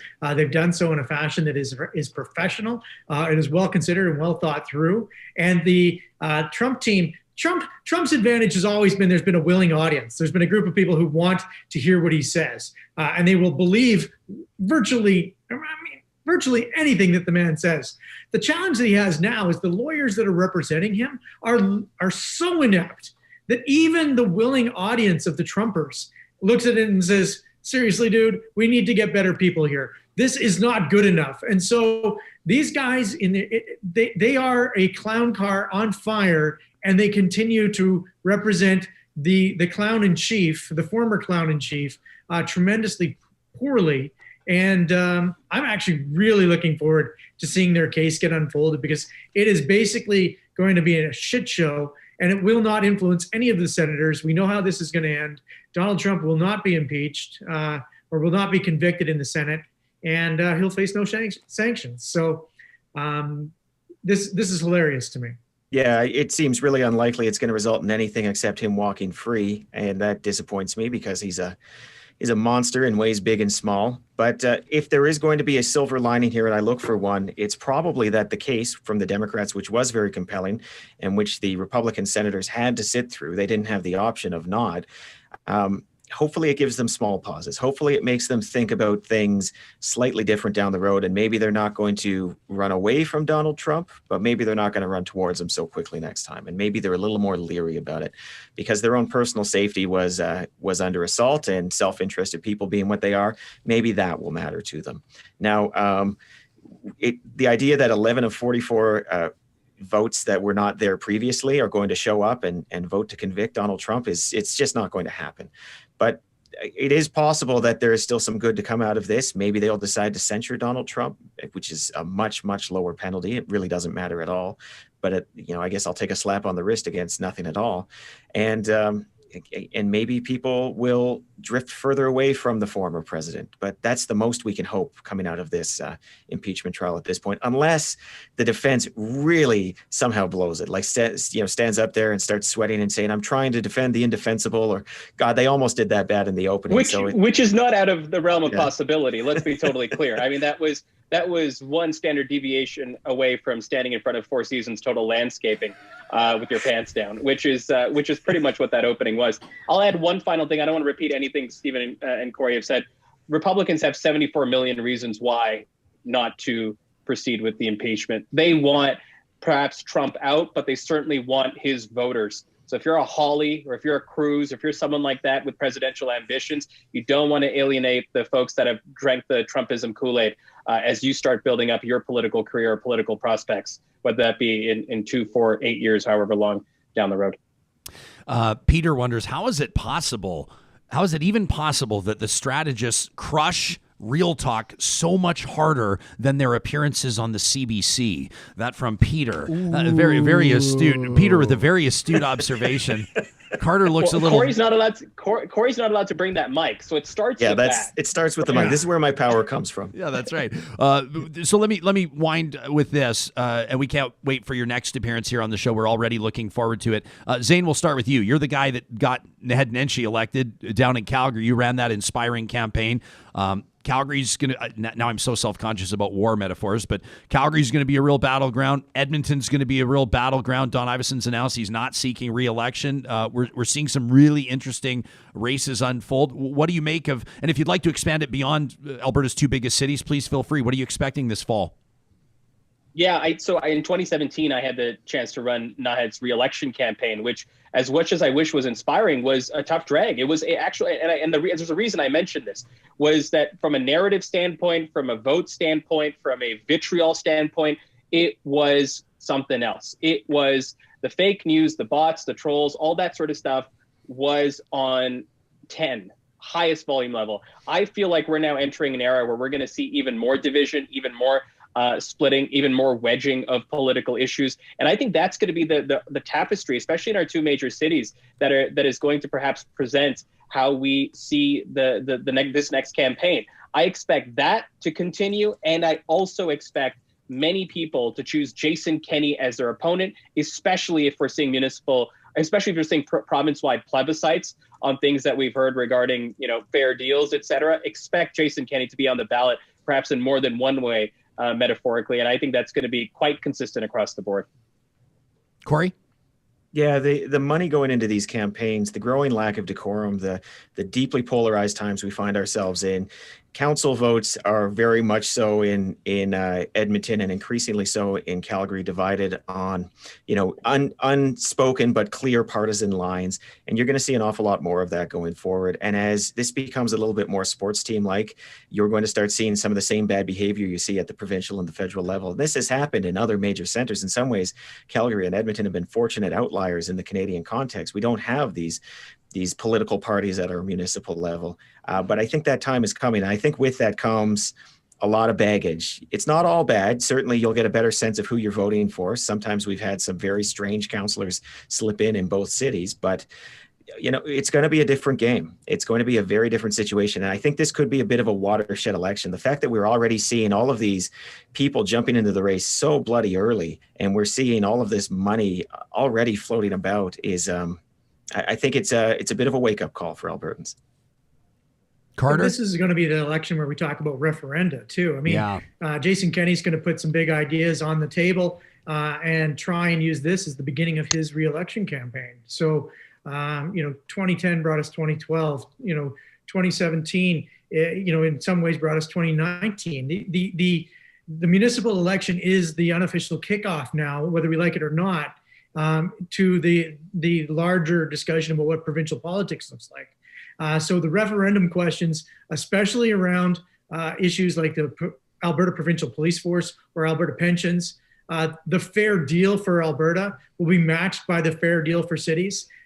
These referenda questions are going to be big, significant issues, and there's going to be lots of PACs and lots of PAC money thrown around to help decide what the outcome of those questions looks like. Got an interesting text here from Lisa Holmes, who's watching, former president of the AUMA, former, you guys know Lisa, obviously, former mayor of Morinville. Yep. She says, wouldn't it be interesting if the Wood Buffalo situation with 911 dispatch, Mayor Don Scott, by the way, Richard chimed in. Richard said, Red Deer stands with Mayor Scott in Fort McMurray. Back to former Mayor Holmes, she says, wouldn't it be interesting if the Wood Buffalo situation created a conversation about emancipation of municipalities in general, a constitutional change to remove the provincial parent relationship has always been a dream of the Federation of Canadian Municipalities, and there might be more public support for it now. Anybody want a quick hit on that before we sign off? Well, I mean, you have to have issues that the general population cares about, and I just can't see them caring. This is absolutely an opportunity to create new cities, but like the city charters for the big cities has been a discussion point for over a decade, and we're not even close to it. So I can't see. Lisa's smart. Lisa's got the right ideas, but I don't know how to get the population excited about it. The Strategists every single week are pushing out a podcast that is certainly worthy of your subscription. Make sure you rate it. Make sure you leave a comment. Make sure you tell your friends about it. And fellas, we very much look forward to your next appearance here on Real Talk. Some people are calling for it weekly, but we'll have to see. We might have to play it cool. Let's not go crazy, Let's Ryan. not go crazy. Let's not go crazy. Let's not kiss on the first date, all right? Yeah, exactly. Did I hear someone in the background? Is there a the kid I referenced who was going to retire in 2083 just ran by. Is there how does the family feel about putting kids on camera? Already gone. He's like, okay. Listen, he moves too fast for that. You're never going to catch that guy. Okay. But listen, also make sure you tune in to hear a great Carter impersonation of you, Jesperson, this week on The Strategist in the first 3 minutes. Can we hear it? Carter, I haven't heard this one yet. No. Do it live. Do it live. Do it live. Ladies and gentlemen, I'd really like to bring your attention to this coffee mug. It's available at thebigsteak.ca. You can buy strategists.com mugs right here at the Big Steak. Reach out to Edwin. Edwin's my guy. You call Edwin. Edwin is going to get you. He's going to hook you up with this mug. This mug, it is 16 ounces of pure joy. I'll tell you that right now. 16 ounces of pure joy. You pick up the phone, you call my boy Edwin, Thebigsteak.ca. He's got you. He's going to set you up. You do that. That's all right. That's not bad. That's not bad. That's Stephen Carter. That's Corey Hogan. And that's Hogan. And that's Zane Velji. And together, this trio of beauties is the Strategists. Gentlemen, thank you for this. Have an amazing weekend. We'll talk to you again soon. Thank you Thanks, very much, Ryan. Right on. See you later. Wow. That was one of the quickest and best hours I think that we've seen on this show. Sam Brooks, can I even put you on camera? I don't know if I could handle that weekly. I don't know if that might be. Oh, that was way too much fun. I love it when we have fun on Fridays. I love it when just we have sets fun the on tone. Fridays. Yeah, but you know this what? is great. And I want to give it. I have to acknowledge that on the live chat on shows like this where it's really booming, we're seeing some of your comments, and I try to scribble down your names, but sometimes I miss the names, but I remember the sentiment of the comment. And one of the comments that I saw through this interview about a half an hour ago, somebody said this is the funniest and best, most serious conversation that I've ever heard on politics. And I thought that was a perfect way to characterize it. Hilarious and serious at the same time. Nick says, yeah, that was absolutely wild. Brenda says the big steak should be Big Mike. And a bunch of you, like Penny says, okay, I want a mug.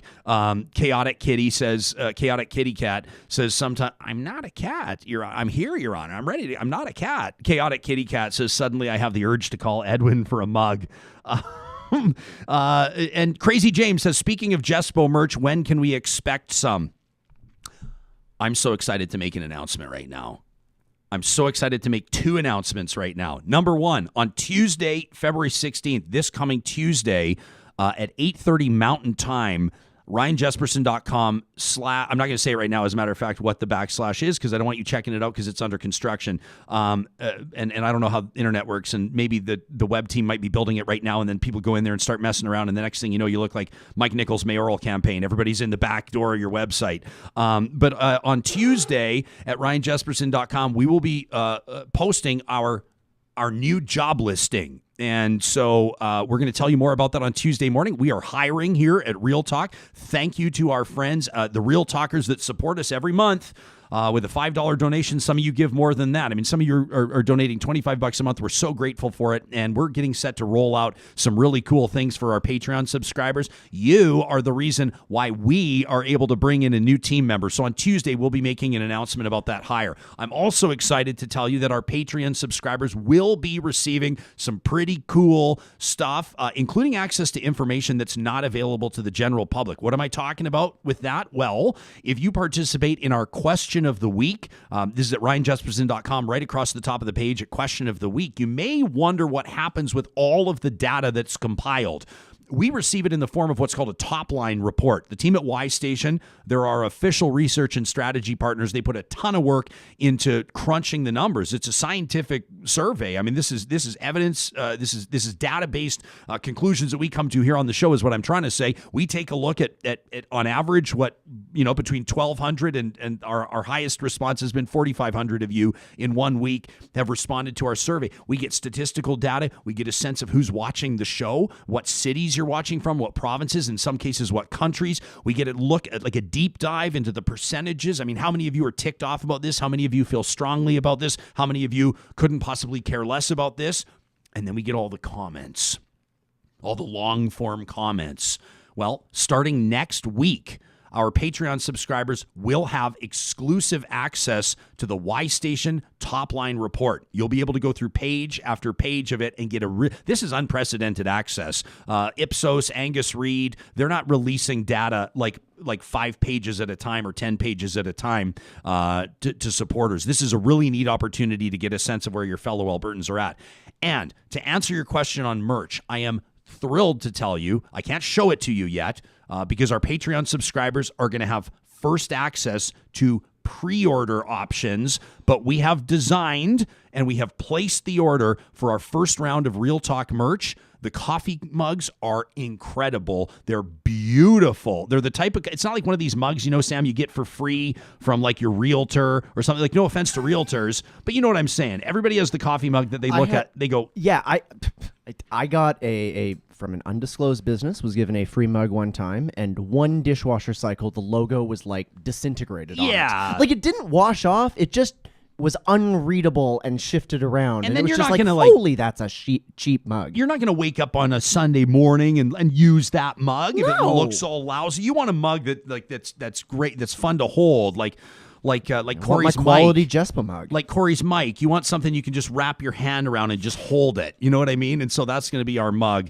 So Crazy James, you can expect it. Obviously, we'll be making an announcement, and you'll be able to buy it by way of RyanJesperson.com. This is a great time to remind you that the team at Eden Landscaping, if you're watching from the Prairie Provinces right now, I mean, yeah, sure. If you're on Vancouver Island tuning in, or if you're tuning in from down in Utah or Mesa, Arizona, we heard from this morning, or maybe you're listening in from New Zealand, you're having a fabulous time. The weather to you is beautiful and mild, but for some of us, we're in the middle of a deep freeze. You might not be thinking about landscaping. Eden Landscaping is. As a matter of fact, this is when they're doing all the drafting and designing so they can hit the ground running, literally, once it starts to thaw. They're ready to reinvent your front or backyard space, whether it's something small like a planting box or a new gazebo with an outdoor kitchen. They've been doing this stuff for more than 20 years. Check out landscapeedmonton.ca. Also wanted to give a shout out to the team at Alta Moving and Storage. This may not be the perfect time to move, or maybe it is. Maybe it's the perfect time to get it together and to finally take that step to let your anxiety move away, to dissipate. You've been thinking about making the move for a long time, but the thought of getting over that hump, the actual moving process, super stressful. We get it. A lot of people feel the same way. Alta Moving and Storage has that in mind. So they got these pod-style containers. They're a perfect fit for your move because they customize the delivery and the pickup to what you need from them. That's the benefit of going local with Alta Moving and Storage. Find all their details by checking out the sponsors tab at RyanJesperson.com. It's been a heck of a week. I mean, I've got some more emails here that I wanted to get into, and It's an understatement. And then we have a bit of a tradition on Fridays. What's that? We'll wrap up by getting our heart rates up a little higher. We don't still have a live shot of the world's longest hockey game, do we, Sam? I'm kind of putting you on the spot here. Do we still have that feed coming in? Let's check in on them, see how they're doing today. I wanted to thank Dr. Brent Saik, who joined us. If you're just tuning in now, Dr. Brent Saik, or even if you're listening to the podcast later on Friday, Saturday, even Sunday, they're still going to be playing. Look at this. This is a live shot. I think he said it had warmed up, didn't he, Sam? It had warmed up to minus 23. Yes. So it's not a phrase we say often, but so it's warmed up to minus 23. Keep in mind, these guys have been playing now, and I should mention Saker's wife Janelle's out there too. It's not just the fellas, but they've been playing. They'll have played for more than 10 days straight. By the time this is done, they're skating, I think, better than we skate after an hour. They're doing a pretty unbelievable job, so a shout out to them. Wanted to get into a couple of these emails. This one from West Side Matt. We really appreciate when you're in touch with us to talk at RyanJesperson.com. That's the best way for you to get in touch with us. West Side Matt says, I'm a loyal viewer of your show on a daily basis, and I really appreciate these challenging conversations that we need real talk on. He said, you know what? He said, I something hit a nerve with me. He said, when you had Senator Doug Black on the show, the YouTube comments really kind of blew up. And he said, and in particular, I noted, this is weird for me to read. It feels weird for me to read this, but this is what Westside Matt said. He said, what a dinosaur he is, how he's an old white guy living in the past, how people need to get him off the airwaves because oil is dead. Westside Matt says, I just wanted to say, people who cry a foul oftentimes of the closed-mindedness of right-wingers, need to keep in mind that the two far sides of the political spectrum have something in common. And that's dismissing views or opinions because they're different than their own. Both sides, says Westside Matt. Just wait, now people are going to hashtag both sides. But he says both sides can have blind spots. And he says, even acknowledging and considering different voices, it's frustrating to see that a lot of times this is what can dominate these conversations. He says, so this hit a nerve with me, right? He says we all know, and we talk a lot about how the really far right can be nuts. He says, but we need to keep in mind that oftentimes this trend can go across the board. The type of behavior not constructive at best and disrespectful at worst. He says, with regards to what you're doing on the show, Ryan and Sam, if you're not pissing somebody off, then that's when you better start to worry. That from West Side Matt. Appreciated that. We got this one from Doug, who said, hey, following your conversation with Scott Gilmore yesterday from Maclean's, It's too easy to point fingers. He said the PM and the premiers, they need to work together. The constitutional separation of provincial and federal responsibilities are demonstrating the weakness of our system. Having said that, though, sadly, both sides have played to their constituents and not for the best of the country. Again, politics interfering with a solid response. I'd like to see more science, more evidence-based practice, and less politics. That from Doug. I got this one from Justin, who said, only occasionally able to tune in live, but we always catch the podcast. And he said, I wanted to go back to your show from Monday, February 9th, and talk about how I feel about the approach the Alberta government's taking in easing restrictions. He says, to give Real Talkers some background, if you read my email, says Justin, my spouse is a teacher in Calgary. I've been working home full-time since everything closed down coming up on a year ago, and my kids have chosen, we let them make the choice to do their school from home this year. So they're taking advantage of the hub online learning offered by the Calgary Board of Education. Our kids are in grade 8 and 10, so their parents have junior high and high school kids. Justin says, it's difficult to judge whether the choice to ease restrictions is a good one because of the lack of publicly available data. And this has been a pattern with this government. Our family's view is that several of the eased restrictions don't make sense. Given what we read about newer, more contagious variants, what we heard from Dr. Saxinger on your show, Ryan, we won't be going to a restaurant or to a gym because the risk in our view is too high, especially given sacrifices that we've already made. Nobody wants to throw away that investment. He says, we feel that the provincial government has not taken the health ramifications of this pandemic sufficiently seriously. Evidence not only by erring on the side of keeping non-essential business open, but also by showing a lack of commitment to enforce restrictions that are put into place. Can anybody say Hope Springs Church? This follow-on effect signals to many people that there aren't serious ramifications related to this pandemic. Then he says, for us, for our family, the most significant concern is that as restrictions ease and some families take advantage of additional opportunities to socialize or interact with more people, growing their bubble, this additional risk is transferred via their children back to teachers. So in some ways, it feels like restrictions we put on ourselves to keep ourselves safe are being put at risk by others who may not see the seriousness in the same way we do. And it happens, I believe, because of signaling from the provincial government. Justin says, thanks for the show, and thanks for keeping these important conversations going. Justin, we appreciate that. You can be in touch anytime at talk@ryanjesperson.com. This is a great opportunity to remind you that the team at Todd's Mechanical I talked to Todd this week. The guy is running off his feet. I was going to say, he's probably slammed right now. Hey? He is absolutely slammed. But you know what? You know what's best about dealing with a small business owner like Todd? He wasn't too slammed to take my call. He wasn't too slammed to take Chris's call. We actually had some collaboration with partners this week. Chris Labossiere, who owns Local Waste, you may have heard of them. They've got a little thing coming up here in about 90 seconds, a little something we call Trash Talk. Well, Labossiere sends me a video of a pot light in his ceiling, and it looked like a sprinkler. There was water coming through the pot light. Oh, that's not good. It's not good. No. It's not good. As a matter of fact, you might say it might be slightly stressful. And Labossiere says to me, I think it's time to call Todd's Mechanical. And I loved seeing the sponsors come together, the partners come together. Anyway, he responds to me after, says Todd did an unbelievable job. Todd is proud to be the plumber keeping Edmonton warm and dry through these frigid temperatures, taking care of all of your plumbing and heating needs, including furnace repairs. I said to him, how many furnaces have you repaired? He said, I'll have 10 calls today. That was the day I talked to him. He said, I'm going to have 10 calls today. And he said, I treat them like emergencies, right? When it's minus 30 outside, your furnace goes. Emergencies. Your house is losing a degree or two every hour. Oh, yeah. Maybe more if it's not as efficient. So Todd is on it. Write this number down. Even if you don't need him right now, you don't want to be scrambling when you do need him. Todd's Mechanical is at 780-499-7598. Also wanted to give a huge shout out to our friends at Grand Dog Essentials. Can I give a bigger endorsement than telling you that we feed our dogs, our family members, Grand Dog Essentials quality raw food, and that we did that before they came in and joined this party we call Real Talk? We've been partners of theirs in a way. We've been customers of theirs for years now because we love the fact that they have a team of nutritionists that can help you pick what's best for your dog. They're family owned and operated, and they do door-stop delivery in Calgary, Edmonton, and the Red Deer area across central Alberta. All you need to go to check in with them is granddog.ca. You can find them on social media, and make sure you use the discount code REALTALK for 10% off first-time orders.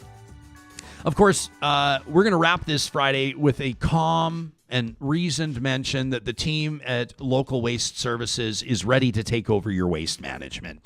For more than 25 years, they have been in the business of garbage and recycling. They've been going up against the big garbage guys, and they've been doing it in a way that allows you to connect with them on a first-name basis. It's because they're local, family-owned, and they care about you, their customers. They want you to talk trash with them, and all you need to do that is give them a shout today at 780-242-9746. Oh, yeah. And they also sponsor a little thing we call Trash Talk. This one from Dave, who says, don't you just hate how many people have the mindset, I know where I'm going, so everybody else should too? Dave says, I hate pulling up to an intersection and people aren't using their signal lights until they realize they're messing up everybody else's commute. Signal lights are there to help other drivers. Even if you know where you're going, I don't know where you're going. And that's what really annoys me, right? People making a left-hand turn, then right away they turn into the outside lane. People have to learn signal lights work both ways. They use the signal light to turn left and then again, but the right signal to merge right. Use signal lights. You may know where you're going, but I do not. That from Dave. How about this from Lorraine, who says, what has to happen to Edmonton? You know, we get a couple of days of good old-fashioned, really cold weather. Everybody acts like it's the end of the world. You live here, says Lorraine. Get over it. And if it bugs you so much, move to California, where you can get hammered by mudslides or wildfires wiping out entire communities. This cold weather should last at least 2 more weeks to kill off those rotten pine beetles that have destroyed our mountain forests.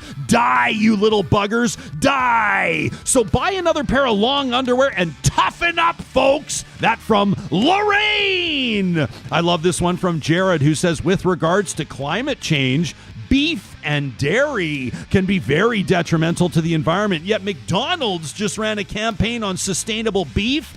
Bullshit, says Jared. Is it actually possible for beef to be sustainable? Segment idea. Thanks, Jared. How about this one from James, who says, everybody's always screaming about affordable housing being in short supply. You know why? Because it is. He says, well, there's a traffic circle in Bonnie Doon in Edmonton, right around White Avenue. Used to be townhouses that were affordable. I know because I lived there. He says they're gone now, replaced by high-rise condos. Who can afford that in a lower income bracket? I sure as hell can't. Were the old ones perfect? No. Were they 4 walls and a roof? Absolutely. This was a short-sighted decision. Development may be needed, but make sure you don't end up burying people least likely able to dig themselves out of the hole. And then James says, could I get a little air guitar, Jespo? You know it! Now, here's the thing, though, James. I'm not done. Gotta keep going. Gotta keep moving. Kathy says, Jason, Kenny, I cannot keep quiet anymore. I'm sick of hearing you constantly blame the feds or anybody and everybody else for everything. You've demonstrated beyond question how unfit you are to lead. A leader accepts responsibility where appropriate, doesn't try to deflect in every direction. I have so much more to say about your performance on many issues, but I don't have all day. Suffice it to say, you're failing Albertans in every possible way. Stop pandering to corporate donors. Start representing Albertans. A frustrated and angry Kathy. And we'll wrap with this from Tori. Tori says, words can barely describe how utterly disgusted I am with the political mudslinging that has besieged our province. Listening to Drew Barnes on your show this week, Ryan, had my blood pressure through the earmuffs fucking roof. You want an open and frank discussion, Drew? The snake oil you're peddling is of the worst kind. The kind that turns good people against one another, pits raw emotion against science, blissful ignorance against fact, and fantasy against reality. If you really are a champion for mental health, I applaud you for standing up for those in the depths of need, but you're far too many out there, far too many of you using other people's suffering as a way to justify your cockamamie, anti-mask, anti-lockdown rhetoric. Shame on you, says Tori. I love this country. I'm a proud Canadian. Stop trying to divide us with this Wexit bullshit. If you want to leave, leave. Nobody's stopping you. Just don't take my province with you. That's from Tori. This is Trash Talk, and we'll talk to you live on Tuesday morning at 8:30 Mountain Time.